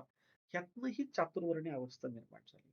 आणि मग ही ज्यावेळेस निर्माण झाली, त्यावेळेस प्रत्येकाच्या बुद्धीला हवं असणारं, प्रकृतीला हवं असणारं, त्याच्या व्यवसायाला हवं असणारं असं आहारशास्त्र सुद्धा ह्याच काळात निर्माण झालं. बघा जुन्या काळामध्ये राजे महाराजे असायचे. प्रत्येकाच्या पालख्या न्यायला लागायच्या. मग पालखीची भोई असायची. मग मैलोन-मैल त्या पालख्या न्यायच्या. अनेक श्रीमंत घरांच्या किंवा सरदारांच्या, व्यापाऱ्यांच्या घरामध्ये बंब असायचे, पाणी तापवायचे. मग बंबाला बंबफोड लाकूड पाहिजे. मग दररोज जंगलामध्ये जा, वाळलेलं लाकूड फोडून आणा. मग ही कष्टाची कामं जास्त होती. मग ही कष्टाची कामं करणारे कोण आहेत? शूद्र लोक आहेत. शूद्र म्हणजे सेवा पुरवणारे, अस्पृश्य नव्हे. आणि मग ह्यांना शरीर श्रम पण जास्त व्हायचे आणि मानसिक श्रम पण जास्त व्हायचे. मग त्या बिचाऱ्यांना रिलीफ मिळाला पाहिजे. मग त्यांच्यासाठी वेगळा आहार बनवला. मग तुम्ही आजही बघा, ज्यावेळेस आपण गवंड्याच्या हाताखाली काम करणारा जो लेबर असतो ना, आठवडाभर चांगलं काम करतो. परंतु ज्यावेळेस शनिवार असतो ना किंवा रविवार असतो, तो पैसे मागायला येतो त्या मुकादमाला, 2 पैसे मागतो आणि ती काळी पिशवी घरी घेऊन टाकतो दर रविवारी. त्याच्या दर रविवारी त्याच्या घरी नॉन-व्हेज हे असतंच. का असतं? आता आयुर्वेद व्हेज-नॉन-व्हेज असा भेद करत नाही. कारण मांस कमी झालं शरीरामधलं, शरीर ते मागणार आहे.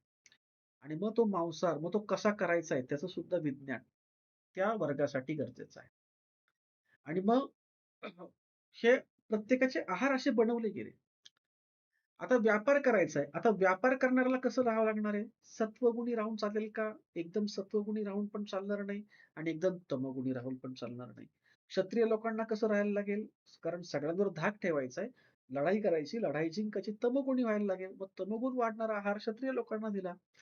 ब्राह्मण वर्गाला काय करायचंय? अभ्यास करायचाय, अध्ययन करायचंय, नॉलेज कमवायचं. त्याला नॉलेज वाढण्यासाठी, ज्ञान वाढण्यासाठी त्याला सत्वगुणी आहार दिला गेला. आणि रजोगुणी आहार जो आहे, हा प्रामुख्याने व्यापाऱ्यांना दिला गेला, की ज्या आंबट वगैरे आपण म्हणतो ढोकळा किंवा आंबट पदार्थ किंवा बाकीचे इतर रस. कारण त्याला सत्वगुण पण हवाय, कारण दोघांच्या मधला हवाय तो आणि तमोगुण पण हवाय. आता समजा एखादा दुकानदार जर अतिशय सात्विक असेल तर चालेल का? मग तुकाराम महाराजांसारखं होईल. तुकाराम महाराज इतके सात्विक होते, ते वाणी होते. त्यांचं दुकान होतं. म्हणजे व्यवसायाने ते वाणी होते, जातीने नव्हे. पण त्यांचं दुकान होतं. त्या किराण्याचं दुकान त्यांचं ह्या सत्वगुणापायी म्हणजे ते इतके प्रेमळ होते, की त्यांच्याकडे कुणी जरी आला, त्याला फुकट देऊन टाकायचे. मग जर जास्त सत्वगुण आला तर प्रेमभाव उत्पन्न होतो, दया उत्पन्न होते आणि उधाऱ्या वाढतात आणि उधाऱ्या वाढल्या की धंदा लॉसमध्ये जातो.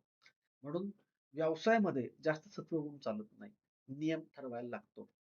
आणि तमोगुण पण चालत नाही. समजा लादेनला आपण जर दुकानावर बसवलं रायफल घेऊन आणि सांगितलं दुकानावर बस, लोक त्याच्याकडे जातील का? घाबरून जाणार पण नाही. तिथे कसा पाहिजे? चाणाक्ष पाहिजे. म्हणजे मुत्सद्देगिरी असणारा पाहिजे. व्यवहार ज्ञान, व्यवहार कुशल पाहिजे. मग व्यवहार कुशल व्हायचं असेल तर ह्यांचा आहार वेगळा आहे. सात्विक व्यक्तीला बॉर्डरवर उभं केलं चालेल का? नाही चालणार. तो काय म्हणेल अतिरेक्यांना? विश्वची माझे घर. कशाला भांडताय? हे सगळं विश्वच आपलं घर आहे. या इथं राहा. गरज नाही. असं होऊन देशाचं संरक्षण होईल का? नाही होणार. तिथं कसं पाहिजे? भांडकुदळ, तमोगुणी पाहिजे. आणि तमोगुणी व्यक्ती जर गावात ठेवला तर चालेल का? तो रोज दारू पिईल, मांसाहार करेल आणि धिंगाणा घालेल. त्याला धिंगाणा घालायचा तर तिकडे बॉर्डरवरती जाऊन घाल. म्हणून क्षत्रिय लोकांसाठी आहार वेगळा ठेवला. हेच गमक, हे चातुर्वर्ण्य अवस्थेमध्ये होतं.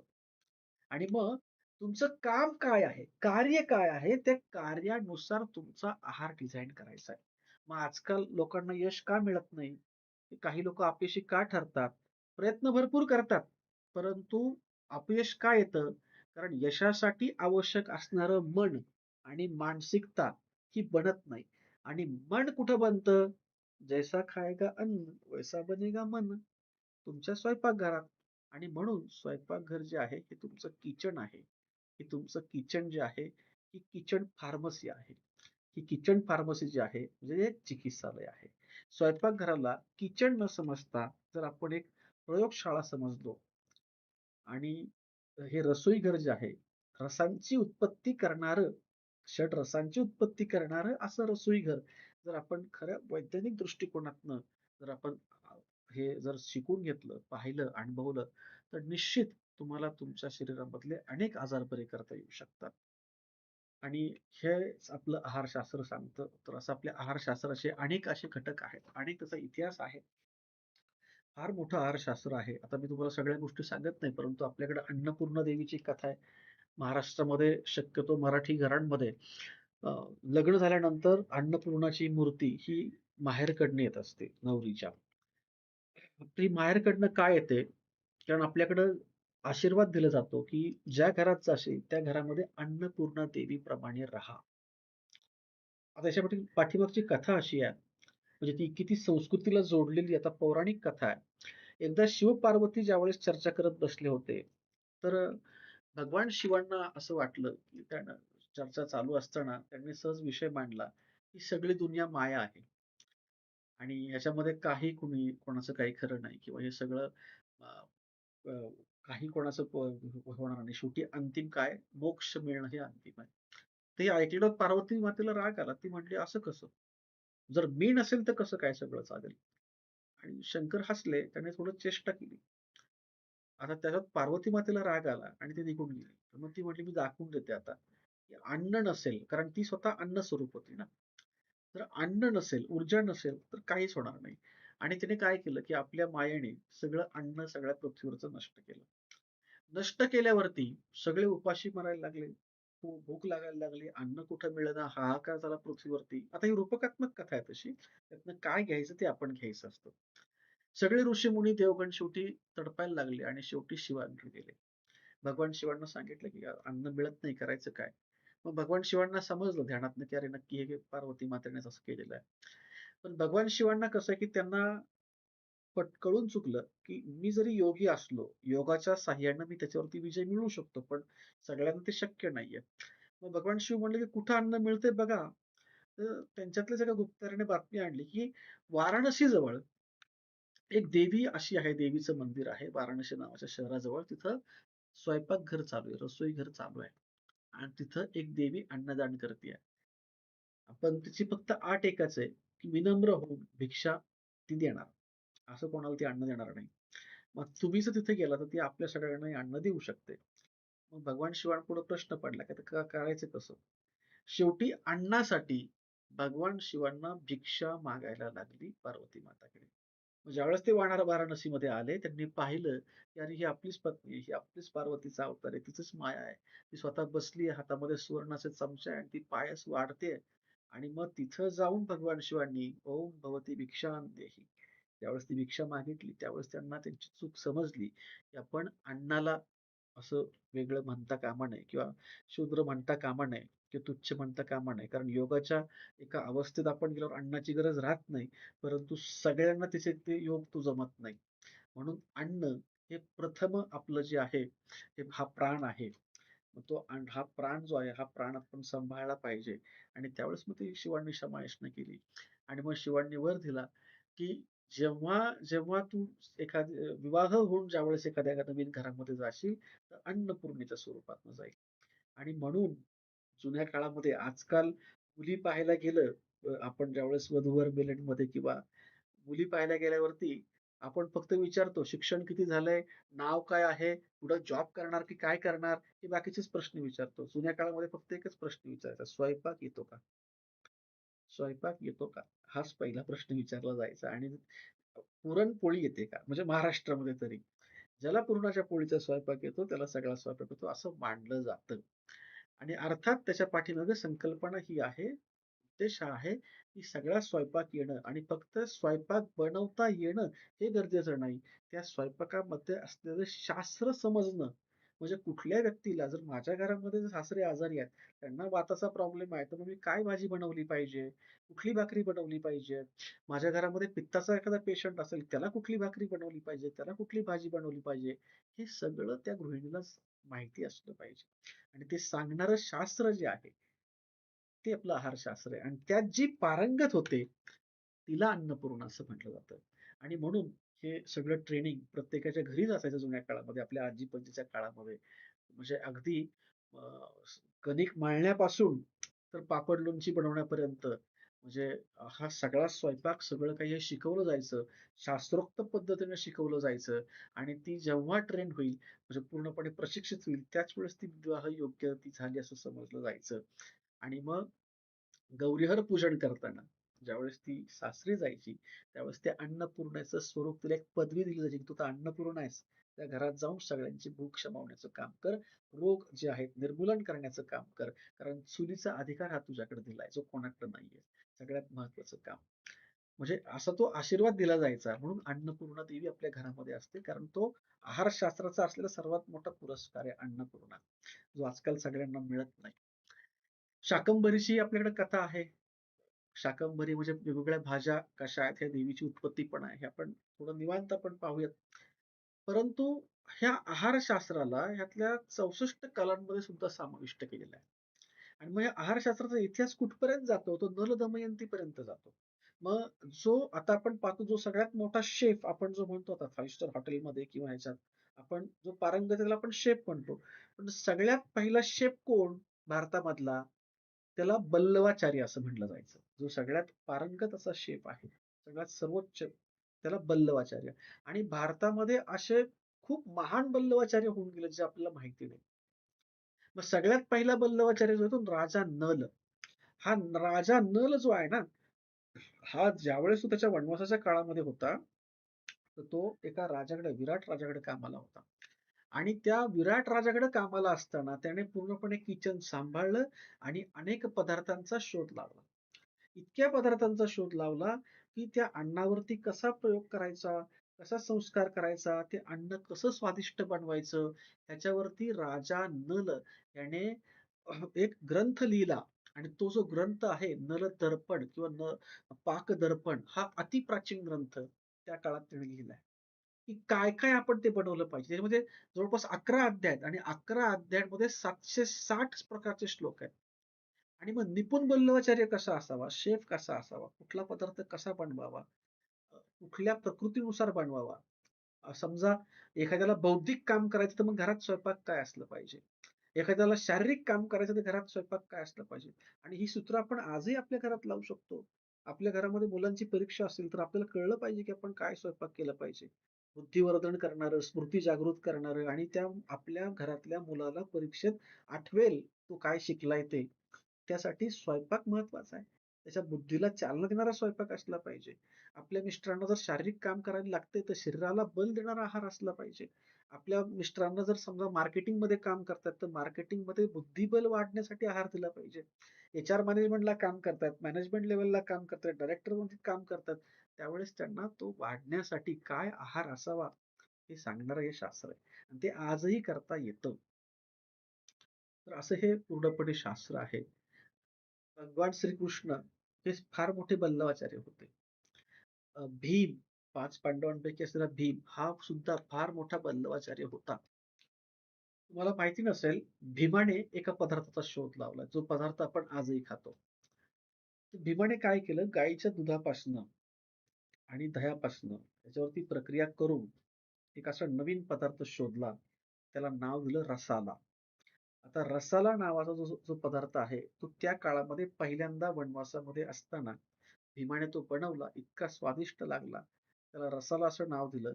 नंतर त्या रसाला शब्दाचा अपभ्रंश होऊन तो शब्द नाहीसा झाला आणि त्याला दुसरं नाव मिळालं, ते म्हणजे श्रीखंड. आपण जे काही श्रीखंड खातो, आपल्याला जे काही आज मार्केटमध्ये श्रीखंड मिळतं, त्या श्रीखंडाचा शोध भीमाने लावलेला आहे. कारण भीम हा फार मोठा बल्लवाचारी होता. स्वयंपाकघर त्याला फक्त आपल्याला भीम म्हणजे गदा चालवणारा एवढाच असं नाहीये.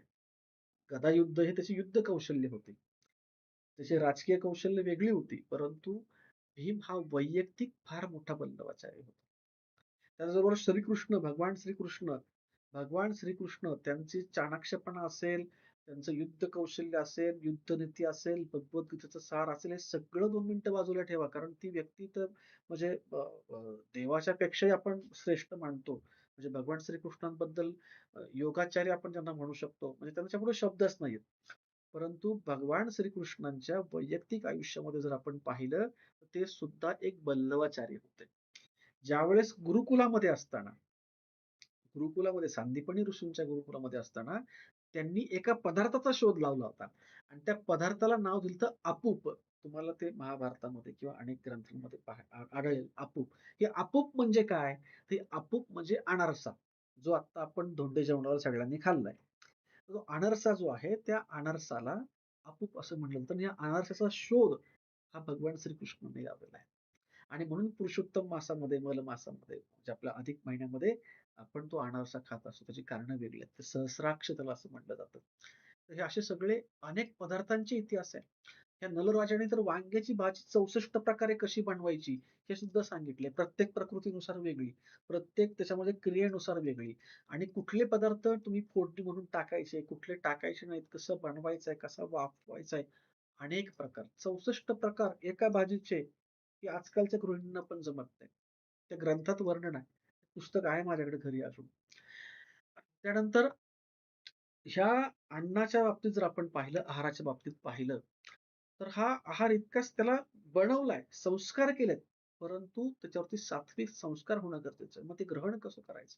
मग ग्रहण करत असताना, जेवायला बसताना पान कसं असावं, ते कसं वाढायचंय, ताटाभोवती रांगोळी कशी असायची, प्रसन्न वातावरण कसं करायचंय. आजकाल आपण जेवण करताना टीव्ही पाहत बसतो, मालिका पाहतो. आता मालिका जर समजा तुमची सासू-सुनेंची असेल, तर मनामध्ये पण विचार तेच येणार आहेत. आणि मग भोजनातनं पण जे मन बनतंय, ते पण त्याच विचाराचं बनणार आहे. तुम्ही जर गाण्यांची मालिका पाहत असाल, तर ती गाणीच तुमच्या मनामध्ये येणार आहेत. मग आपलं शास्त्र काय सांगतं, की जेवण करताना शांतपणे तुम्हाला भक्तिभावाने भोजन करायचंय. मग वदनी कवळ घेता, नाम घ्या श्रीहरीचे, सहज हवन होते, नाम घेता फुकाचे. अरे हे नाव फुकट मिळतंय, घ्यायला काय हरकत आहे?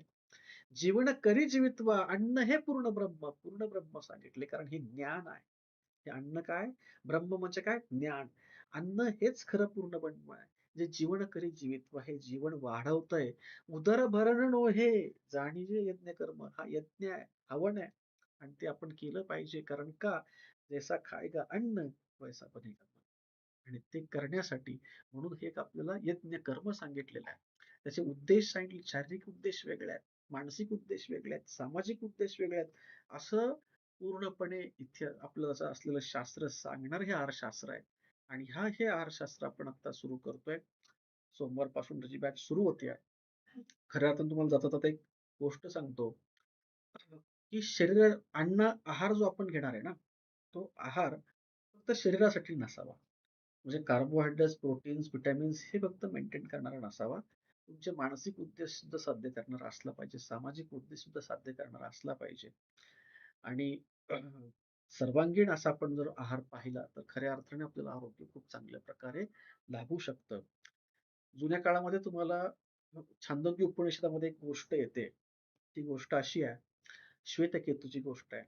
श्वेतकेतू नावाचा एक मुलगा ज्यावेळेस त्याचा उपनयन संस्कार झाला आणि तो गुरुकुलमध्ये गेला. तर मध्ये गेल्यानंतर तो चाणाक्ष होता, हुशार होता. त्याने प्रचंड अभ्यास केला, अध्ययन केलं, वेदांमध्ये पारंगत झाला. 4ही वेद मुखोद्गत केले, उपनिषद मुखोद्गत केले. त्याची कीर्ती वाढायला लागली. आता हे श्वेतकेतूचे वडील जे आहेत, उद्दालक ऋषी, हे सुद्धा शास्त्रज्ञच होते. पण कसं की स्वतःकडे शिकवण्यापेक्षा दुसऱ्या ऋषींच्या आश्रमात पाठवलं. तिथे गेल्यानंतर ह्या छांदोग्य उपनिषदामध्ये असलेला हा श्वेतकेतू जो आहे, हा अभ्यास करतोय, त्याची कीर्ती वाढते. अनेक वादविवादांमध्ये तो प्रवीण होतोय. त्याला प्रावीण्य मिळतं. त्याची कीर्ती होत असलेली पाहून ते सुखावले थोडे. त्यांना वाटलं की खूप छान शिक्षण चाललंय. आणि मग ज्यावेळेस तो शिक्षण पूर्ण करून 16-17 वर्षाचा झाल्यानंतर शिक्षण पूर्ण करून जेव्हा तो आपल्या घरी आला, तर घरी आल्यानंतर उद्दंडक ऋषींना एक जाणवलं, की आपला मुलगा हा सगळं काही शिकलाय, फार हुशार आहे, 4ही वेद त्याच्या मुखोद्गत आहेत, सगळं काही ठीक आहे. परंतु त्यांना एक असं जाणवलं, की मी त्याचा वडील आहे आणि आल्या-आल्या त्याने माझ्या पाया पडायला पाहिजे होतं. कारण विद्या विनयेन शोभते. जर विनय असेल, तरच विद्या आणि शक्ती ही शोभते. तर हा पाया पडलेला आणि त्याला अहंकार झाला, त्याला ची बाधा झाली आहे. आणि हा अहंकार पुढे जाऊन आपल्या मुलाला बाधक ठरेल, मारक ठरेल. त्यासाठी त्याला आत्ताच त्याचे डोळे उघडणं गरजेचं आहे. आणि मग उद्दालक ऋषींनी त्याला जवळ बोलावलं आणि बोलावल्यानंतर त्याला सांगितलं, काय-काय शिकलास? त्याने सांगितलं 64 कला, 14 विद्या हे सगळं काही शिकलोय, सगळं दाखवलंय. ते म्हटले, "तू सगळं काही शिकलास, पण हे सगळे पुस्तकी ज्ञान आहे. तुला मी आता व्यावहारिक ज्ञान शिकवणार आहे. तुला एक दीक्षा देणार आहे. तुझी परीक्षा घ्यायची आहे मला." तर तो म्हटला, "मी तयार आहे." ऋषींनी सांगितलं, उद्दालक ऋषींनी, "उद्यापासून एक काम करायचं, अन्नाचा एक कण सुद्धा पोटात जाता कामा नये, फक्त पाणी प्यायचंय. 15 दिवस हे करायचं आणि 15व्या दिवशी तू माझ्या समोर आहे, तुला मी गुरुमंत्र देईल आणि ती दीक्षा देणार आहे. मग त्यावेळेस तू सर्वश्रेष्ठ करशील." तर हा श्वेतकेतू म्हणाला, "ठीक आहे, हरकत नाही."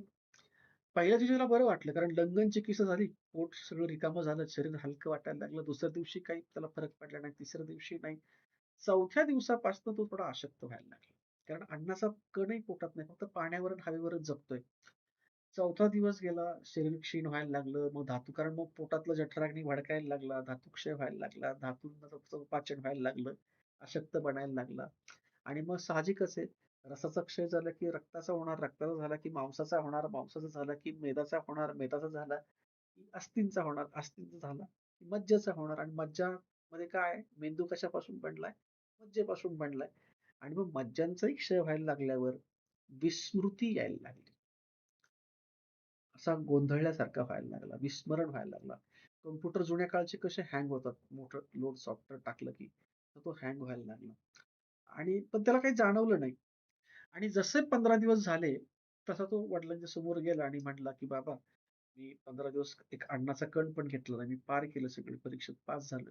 आता मला उपदेश द्या." तर त्याच्या उद्दालक ऋषींनी फक्त त्याला सांगितलं, की म्हटले, "हे बघ, तू गुरुकुलमध्ये काय-काय शिकून आला होतास?" त्याने सांगितलं 4 वेद आणि सगळी उपनिषदं. त्यातला तुझा आवडता वेद कुठला आहे? त्याने सांगितलं अमुक-अमुक अथर्ववेद माझा आवडता आहे. त्यातल्या कुठल्याही म्हटले 2 ऋचा म्हणून दाखव मला तू. आणि तुम्हाला सांगतो, काय आश्चर्य, त्या श्वेतकेतूला त्या ऋचा आठवेना. अथर्व वेदामध्ये काय लिहिलंय हे सुद्धा त्याला आठवेना. आणि तो इतका गोंधळला, तो अक्षरशः रडायला लागला, डोळ्यामधनं पाणी यायला लागलं, की "अरे, मी एवढा हुशार होतो, मी एवढे सगळे वेद मुखोद्गत केले होते, तोंडपाठ केले होते, इतकी तीक्ष्ण माझी बुद्धिमत्ता होती, पण ही गेले कुठं? मला आठवत का नाही?" त्याच्या डोळ्यासमोर अंधार यायला लागला, की आता कसं झालं? काय झालं? तो रडायला लागला. आणि मग ऋषीने त्याला समजून सांगितलं, "रडू नकोस, ही तुला परत मिळेल. पण म्हणलं एक लक्षात घे, ह्या विद्येचा तू कधी गर्व करू नको. कारण विद्या जी आहे, ही विनयानंच शोभते. विद्या विनये शोभते." आणि जर एक लक्षात घे, ही जी तू काही श्रम करून, कष्ट करून जी विद्या मिळवलीस, फक्त अन्नाने तुझी 15 दिवस साथ सोडली, तर ही बुद्धी पण तुझी निघून गेली. त्याच्यामुळं बुद्धीचं खरं गमक, यश जे आहे ना, ते आहारशास्त्रामध्ये आहे. तुझ्या अन्नामध्ये आहे. म्हणून तू जसं अन्न घेशील, तशी तुझी बुद्धी विकसित होणार आहे. हा नेहमी लक्षात ठेव आणि जे उद्देश साध्य करायचे त्यानुसार तुझा आहार बनव. निश्चित तुला यश मिळेल. असा तो उपदेश त्यावेळेस केला आणि तेव्हापासून माझ्या आहारशास्त्राचं महत्त्व जे आहे डबल टिबल पटीने वाढलं. कारण हा आहारशास्त्र आपल्याला हेच सांगतो, फक्त तुमच्या शरीराचं पोषण गरजेचं नाहीये. तुमची बॉडी किती पिळदार आहे, तुमचं शरीर किती सुंदर आहे, तुमच्या शरीराला किती प्रोटीन्स मिळालेत, किती कार्बोहायड्रेट्स मिळालेत, हे गरजेचे आहेतच शरीरासाठी. आजार बरे करायला, शारीरिक आजार बरे करायला बरे आहेत. मानसिक आजारांचं काय? जी आता समाजामध्ये विकृती दिसायला लागते. की आपण जे वेगवेगळ्या प्रकारचे अत्याचार पाहतो, वेगवेगळ्या प्रकारच्या गुन्हे पाहतो, वेगवेगळ्या प्रकारच्या मानसिकता पाहतो. ह्याचं काय? आणि फक्त आपण विचार करतो, उपचाराचं सूत्र घेतो. परंतु ह्याचा उपाय जो आहे ना, हा आहारशास्त्रामध्ये. आणि म्हणून हे सांगणारं सगळं शास्त्र जे आहे, हे आहारशास्त्र आहे. आणि हा प्रामुख्याने आहारशास्त्राचा इतिहास होता, जो आज तुमच्यापर्यंत मांडायचा आज योग आला. तर अशा प्रकारे आजचं सत्र जे आहे, ते आपण या ठिकाणी थांबूयात. मला वाटतं तुम्हाला आहारशास्त्राचं महत्त्व जे आहे, हे किती महत्त्वाचं आहे, आपल्या प्राचीन काळापासूनच्या ऋषीमुनींनी दिलेली देणगी आहे, किती महत्त्वाची आहे, हे तुम्हाला समजले असेल.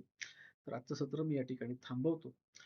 आणि उद्या पण सत्र आहे. उद्या आपण वेगळ्या विषयावरती आपण विरुद्ध अन्न हा जो विषय आहे त्याच्यावरती आपण घेणार आहोत. परवा पण सत्र आहे आणि खऱ्या अर्थाने आम्ही हा 25 दिवसांचा एक कोर्सच सुरू केलेला आहे. ज्याला जे कोणी इच्छुक असेल म्हणजे कंपल्सरी कोणाला नाही. जो कोणी इच्छुक असेल त्यांनी त्या ऑफिसच्या नंबरवरती संपर्क करा. तुम्हाला ते तुम्हाला नंबर वगैरे सगळे मॅडम देतील. 25 दिवसांचा कोर्स आहे. त्याच्या सगळ्या नियम अटी काय-काय त्याच्यावर सिलेबस असणार आहे, कसं असणार आहे, सगळं तुम्हाला केलं जाईल. आणि हा सोमवार किंवा मंगळवारपासून हा रेग्युलरली त्याच्या पेड बॅचेस सुरू होणार आहेत. पण पहिल्या 3 ते 4 लेक्चर जे आहेत, हे आम्ही फ्री ऑफ कॉस्ट ह्यासाठी ठेवलेत, की लोकांपर्यंत पोहोचावं आणि खरं महत्त्व हे मिळणं गरजेचं, जे आज तुम्हाला मार्केटमध्ये मिळत नाही. आहारशास्त्र म्हणजे फक्त तुम्हाला कॅल्क्युलेशन्स नाही आहेत कॅलरीचे किंवा फक्त प्रोटीन, कार्बोहायड्रेट्स हे मॅच करण्याचं नाहीये. तर आहारशास्त्र म्हणजे तुमचं शारीरिक, मानसिक आणि आध्यात्मिक या तीनही गोष्टींचं संतुलन करणारं असं आहारशास्त्र आहे. आणि तो आपण आयुर्वेदाच्या अँगलने आपण तो शिकवणार आहोत. आपल्यापर्यंत घेऊन आहोत. ज्यांना इच्छा आहे ते करू शकतात. ज्यांना नाही इच्छा आपले फ्री चालूच असणार आहेत लेक्चर. त्याला तुम्ही जॉइन राहायला हरकत नाही. तर अशा प्रकारे आजचं सत्र मी या ठिकाणी थांबवतो. आजच्या सत्राबद्दल कोणाचे काही प्रश्न असतील तुम्ही विचारू शकता.